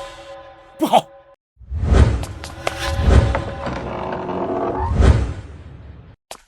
陛下，陛下！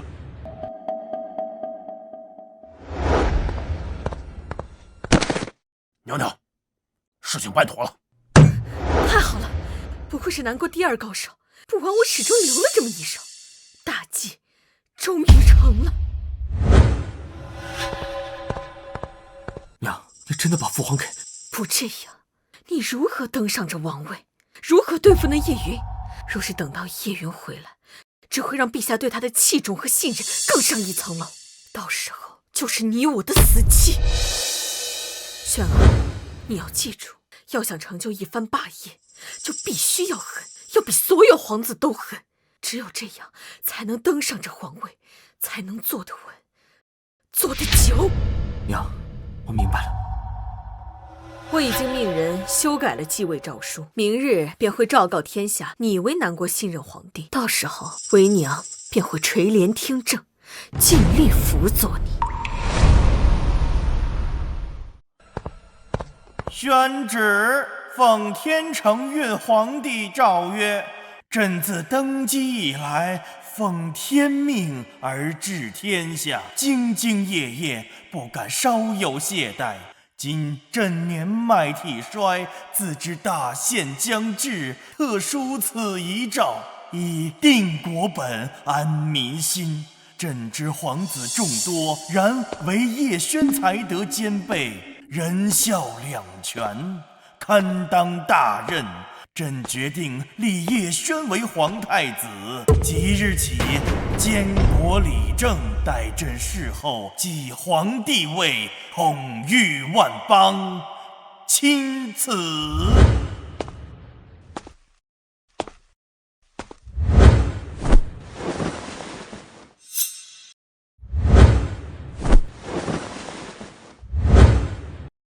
参见陛下。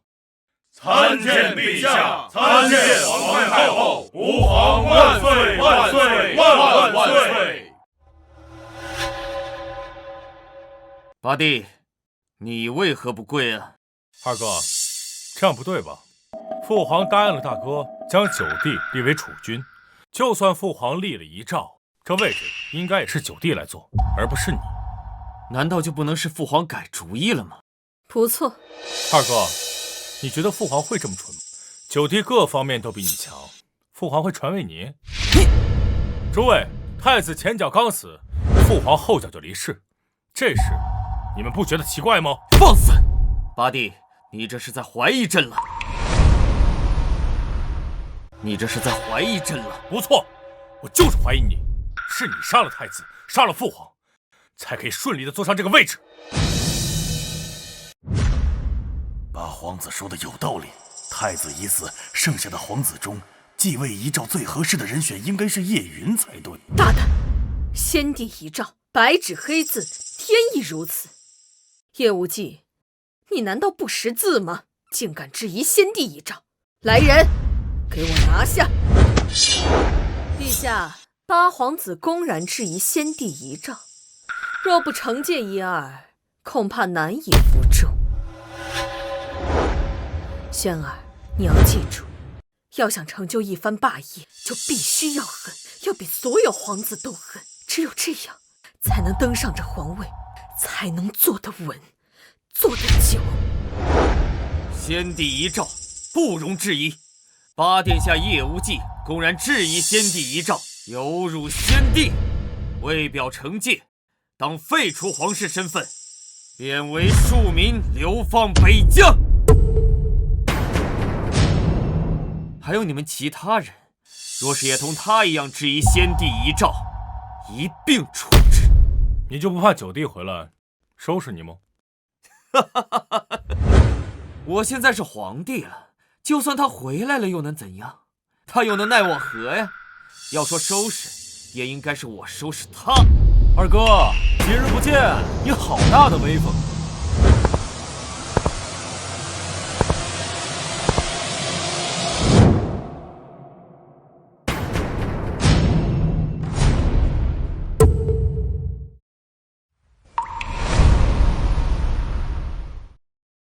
是九皇子，九皇子回来了。听说是九皇子声东击西，出奇制胜，灭了准噶尔国。陛下不是奇功啊！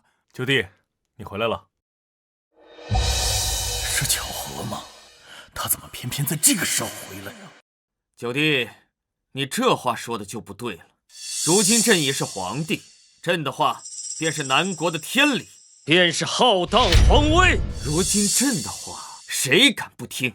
哪个敢不从啊？好一个天理，好一个浩荡皇威！我不在这段日子，南国的天就变成这个样子了吗？云儿，既然你二哥轩儿已经登基为帝，那这南国自然就是要听他的。如果你连这个道理都不懂的话，可是可以治你一个忤逆帝命之罪。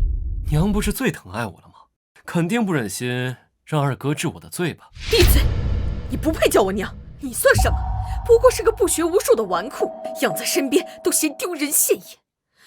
只有轩儿才是我的亲生儿子。奇怪，为何臣之对叶云突然态度大变呢？难道真的如八皇子所说，陛下真的是被他们……母后，你跟他讲这么多废话干什么？既然九弟回来了，那我们也应该好好治一治他的罪。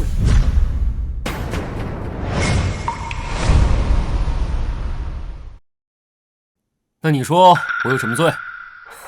九殿下叶云未经皇帝准许，擅自动用10万北元军起兵北征，违反了军法律令，当以谋逆罪处置，按律当斩。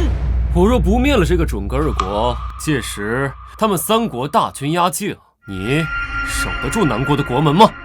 一码归一码，他们若是真攻进来了，朕自有办法应对。办法？是割15座城池，还是30座呀？大胆叶云，你是在质疑陛下的能力不成？看不出来吗？叶云这是疯了吗？一回来便疯狂挑衅二皇子，二皇子如今可是皇帝呀！陛下，叶云以下犯上，忤逆皇威，目无朝纲，这必须得严惩，以儆效尤啊！必须严惩。九殿下叶云违反军令，擅自出兵，意图谋反，还在朝堂之上以下犯上，对朕大不敬。从即日起，剥夺其镇北大元帅之位，废除皇室身份，斩立决。来人，给朕把他拖出去！怎么办？要不要开口为他求情啊？真是，哎呀，我刚才答应女儿嫁给他，他一回来怎么就捅出这么大的篓子？哎，罢了，他是我的未来女婿，我不能见死不救。你还不敢动我啊？叶云呀，先帝在的时候，你可以仗着先帝的宠幸说这样的话，不把我们2人放在眼里。可是如今你还看不清局面吗？轩儿是新帝，他随便一句话就可以置你万劫不复。不错呀，难道你还能让父皇活过来不成？确实可以。死人怎么可能复活？看来是陛下的死对九皇子的打击太大了，让他这里出现了问题。好啊，你若是能让父皇活过来，那我这个皇位给你坐坐也可以呀。好啊，逆子，朕的这个位置坐的还算舒坦吗？父皇，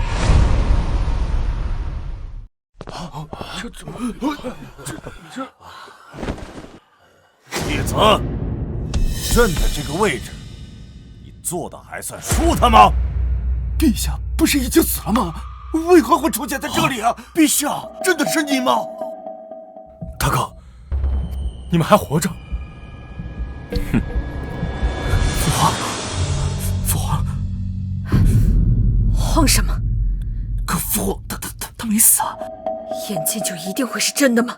你父皇和你大哥已经死了，这是毋庸置疑的事实。眼前这2个人就是冒牌货。确实有一些武道高手擅长易容之术，他们一定是假冒的。你个逆子，还不快给朕滚下来！大胆逆贼，胆敢冒充先皇！张玄，给朕把他的面皮扒下来！逆子，你敢？你问我敢不敢？张玄，张玄，你跟了朕这么多年，怎么连朕的样子认不出来了吗？张玄，你还愣着干嘛？赶快动手啊！陛下，这2个人有99%的概率是假的，可臣不敢赌那1%。卫兵，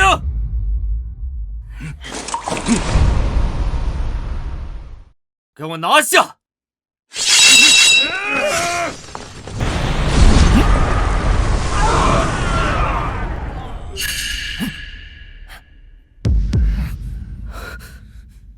逆子，你要造反吗？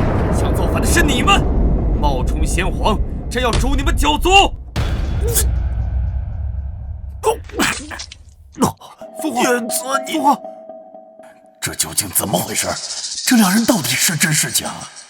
二哥，没用的，有我在，动不了他们。哼，叶云，我知道你之前在藏拙，但你的武功再厉害，能敌得过军队吗？我告诉你，城内的5万禁军正在赶来的路上，等他们到了，你们谁也跑不了。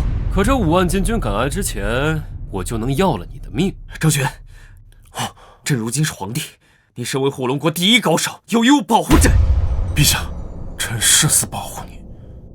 叶云，你再厉害，有张玄保护朕，你伤得了朕吗？等城内的5万禁军赶来，就是你们的死期。他死后还不知道，之前我被这小子揍得有多惨。二哥，你以为就你有军队啊？叶云，你什么意思？不好，难道……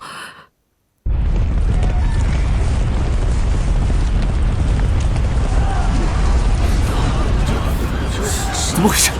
啊！陛下，不好了！10万北元军正直奔京城而来。什么？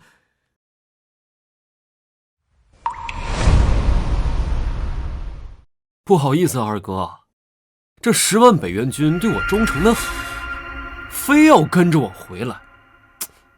北元军，一骑当十，战力无双。九皇子就是凭借着10万北元军，前不久一举扫灭了准噶尔国，竟然把10万北元军带了回来，他想要干什么？叶云，你这是要造反？不，我要清君侧，奉天靖难。你凭什么这么做？凭什么？就凭你的皇位来路不正，你是弑兄弑父才走上这个位置的。我说的对吗？胡说八道！你有什么证据？不错，叶云，你可不要血口喷人。证据？你为何不问问父皇和太子呀？他们已经死了，现在这2个是冒牌货，问他们有何用？飒飒西风，满院栽，蕊寒香冷蝶难来。他年我若为清帝，暴雨桃花一处开。这是太子所创的诗句啊！公子世无双，陌上人如玉。公子气质神态是伪装不出来的，他真的是太子，太子还活着。太子，这究竟是怎么回事啊？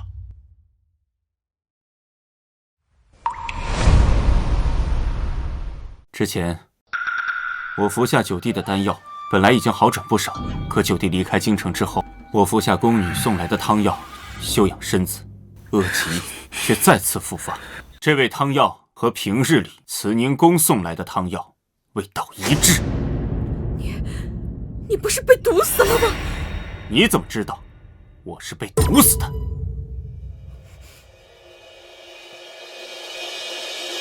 没错，我是已经被毒死。可就在我咽下最后一口气，白布过尸的时候，九弟的手下送来续命仙丹，帮我续上了一口气。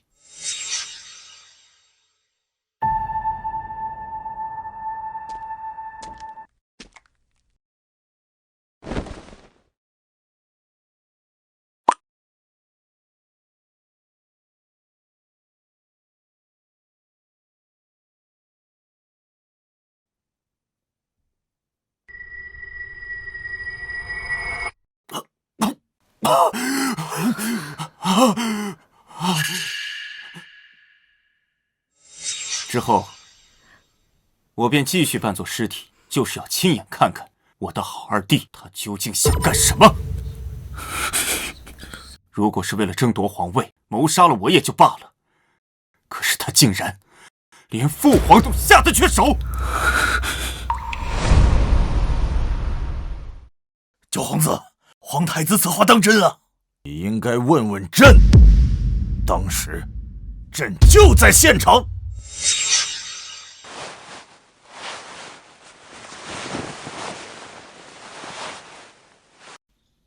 好了，都下去吧。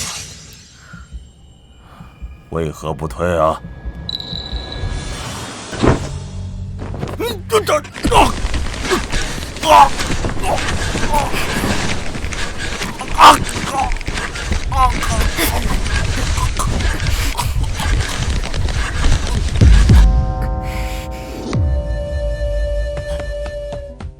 陛下，陛下！月夜。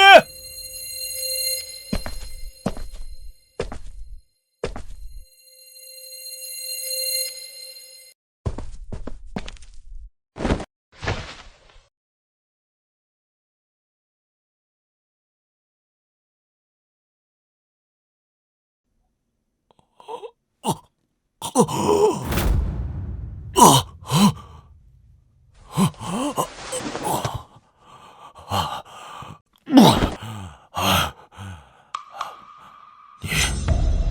是何人？陛下，在下听雨楼花魁奉九皇子之命前来保护陛下。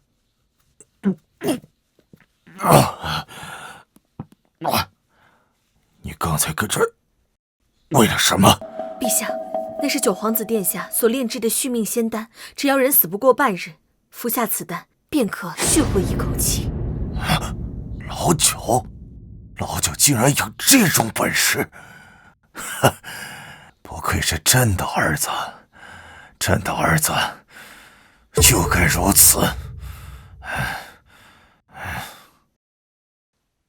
陛下，这是假死丹，只要服下此丹，您便可继续装作尸体。待您再次醒来，便可知道想害死你之人究竟是谁。这也是老九的意思。是。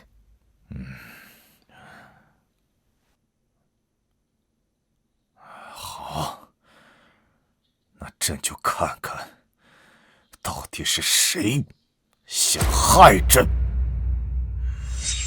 若非是朕服用了老九派人送来的续命仙丹，怕朕早已经死于非命了，又怎会出现在这里？臣等参见陛下。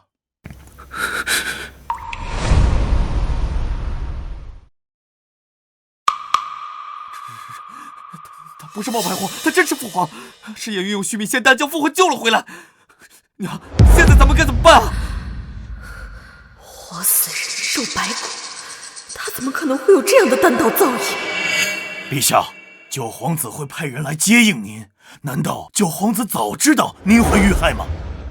我不知道陛下会不会遇害，我只猜，在我外出的时候，他们会不会按耐不住，做出什么事情？很显然，我猜对了。好可怕的计谋，这一切都在他的计算之中。个逆子，还不快给朕滚下来！父皇，你个逆子啊！你忘了吗？朕当初是如何教导你的？朕给你的才是你的，朕不给你，不能抢。父皇，父皇饶命！父皇，儿臣都是受了母后的蒙蔽和指使，这才做出此等大逆不道的事情来啊！陛下，都是臣妾的错，你要怪就怪臣妾吧，与轩儿无关，你放了轩儿吧！好你个陈芝啊！亏我如此宠信于你，可你呢，竟然干出这种谋权篡位的事情来！你这个毒妇，你的背后到底还有多少恶毒的事情瞒着朕的？陈芝，那么多莫名死去的皇子，也出自你的手笔吧？你为了让你儿子上位，不择手段，费尽心思，害死了那么多优秀的皇子，我娘也是被你所害。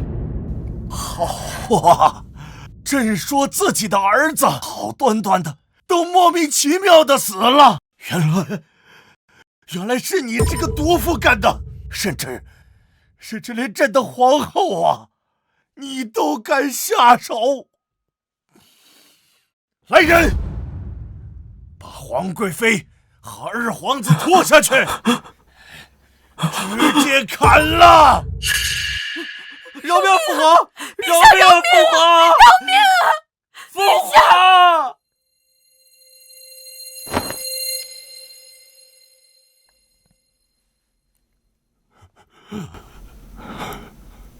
娘，孩儿终于给你报仇了。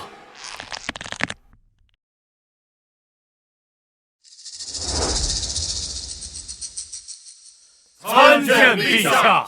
吾皇万岁万岁万万岁！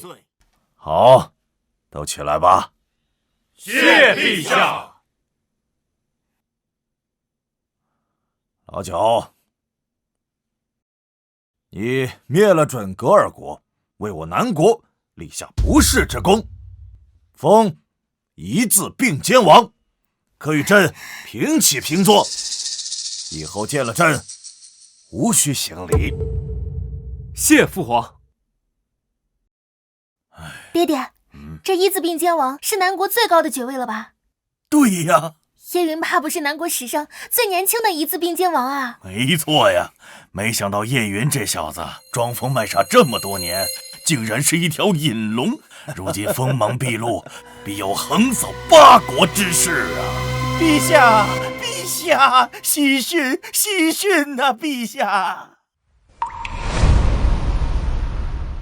陛下，李公公，有什么喜讯呐？启禀陛下，大魏和鲜卑妥协了，自此以后，我南国和他们一样，可以在西域丝路驻兵了。好，这帮蛮夷最终还是欺软怕硬。如今知道我南国出了个叶云，他们最终还是害怕呀！啊，云儿，你说的对，对付这帮蛮夷最直接有效的方法就是以武镇之。他们不是不服吗？就打到他们服；他们不怕，就打到他们怕。只要我们够硬，他们就软了，利益自然就放出来了，就不敢再冒犯咱们了。好啊，有了西域丝绸路的驻兵权，商路一通，我南国便可大肆发展经济，不出20年，便可缔造一个前所未有的南国盛世，万国来朝。恭喜陛下！恭喜陛下！恭喜陛下！父皇，这一切多亏了九弟。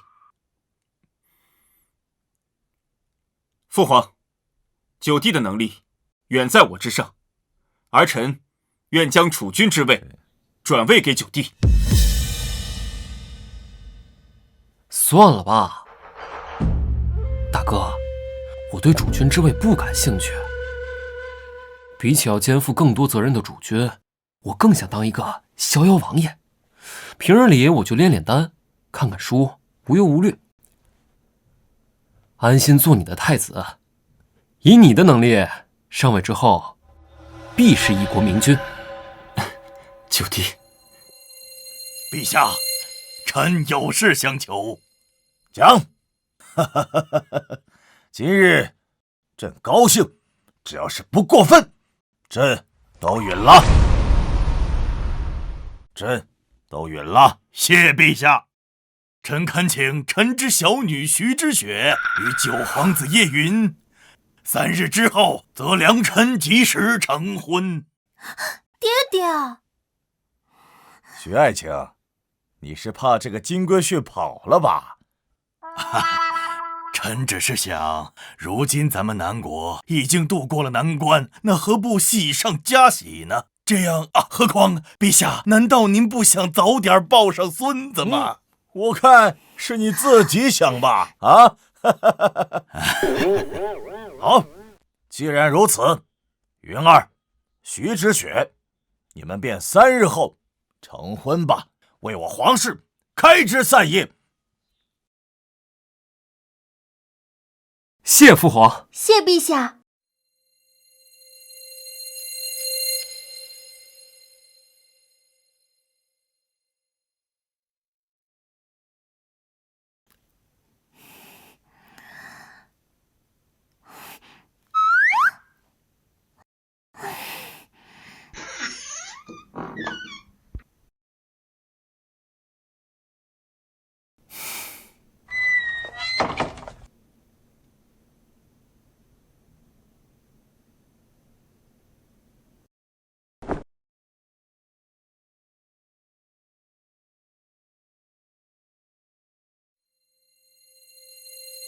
叶元，我都等你好久了。等会儿还有更久的。你又不正经了。叶元，我听说你的武功很厉害，全天下的人都打不过你，是真的？你猜？我猜，试试不就知道了？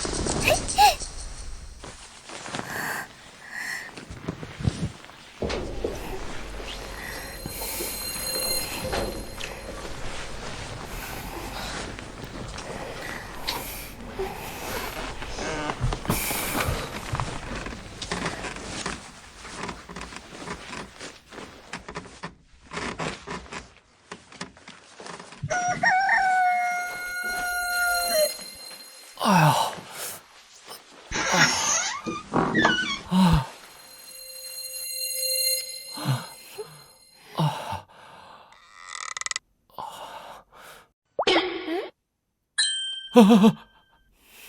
你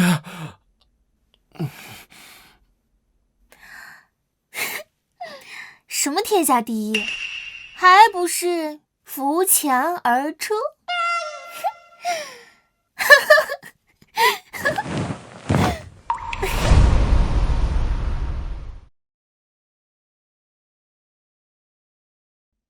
哈哈哈哈哈哈！如今南国的国运异常鼎盛，至少可以再延续500年，那朕就不差这一点国运值了。如今南国格局大变，朕要再次模拟云儿的人生，看看是何等的精彩。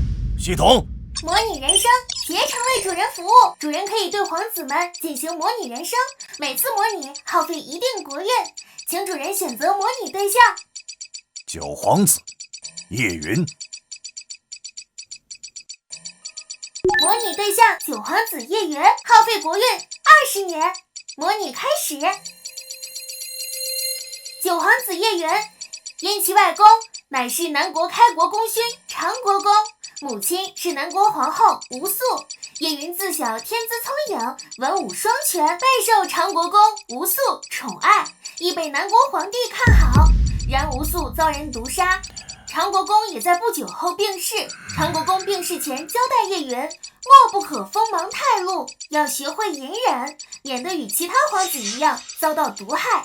叶云谨听嘱咐，从此借着皇贵妃的庇护，装疯卖傻，暗中修行。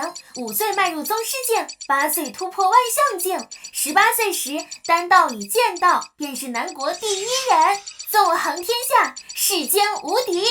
也就在这18年后，歇国覆灭，作为西域霸主突然覆灭，西域丝绸路空了出来。各个国家都想争夺驻兵权，包括漠北的准噶尔人、鲜卑人、大魏人。原本南国也有驻兵丝绸路的份额，然三国贪得无厌，为将南国踢出去，进行结盟，以比武的方式取一个丝绸之路的驻兵权。叶云知道自己的机会来了，在得到南国皇帝的权力许诺后，于比武上一鸣惊人，横扫三国。此后为给吴素报仇，叶云假借外出，终引得皇贵妃陈芝露出马脚。陈芝为让叶轩登基，不择手段残害太子，暗杀南国皇帝。叶云于叶轩登基之日强势回归，横扫朝堂，道破陈芝母子阴谋，终为母亲吴素报仇雪恨。此后叶云醉心于丹道，为了炼丹远走他乡，最后一次为炼制长生不老药远走蓬莱仙岛，再也没有回来。南国皇帝与太子叶延之通过叶云留下的仙丹都活过了超过200年，而叶云也成为了一个永远的传说。有人说他炼成了长生不老药，成了真仙，羽化飞升了。好，真让这臭小子炼成了长生不老药了。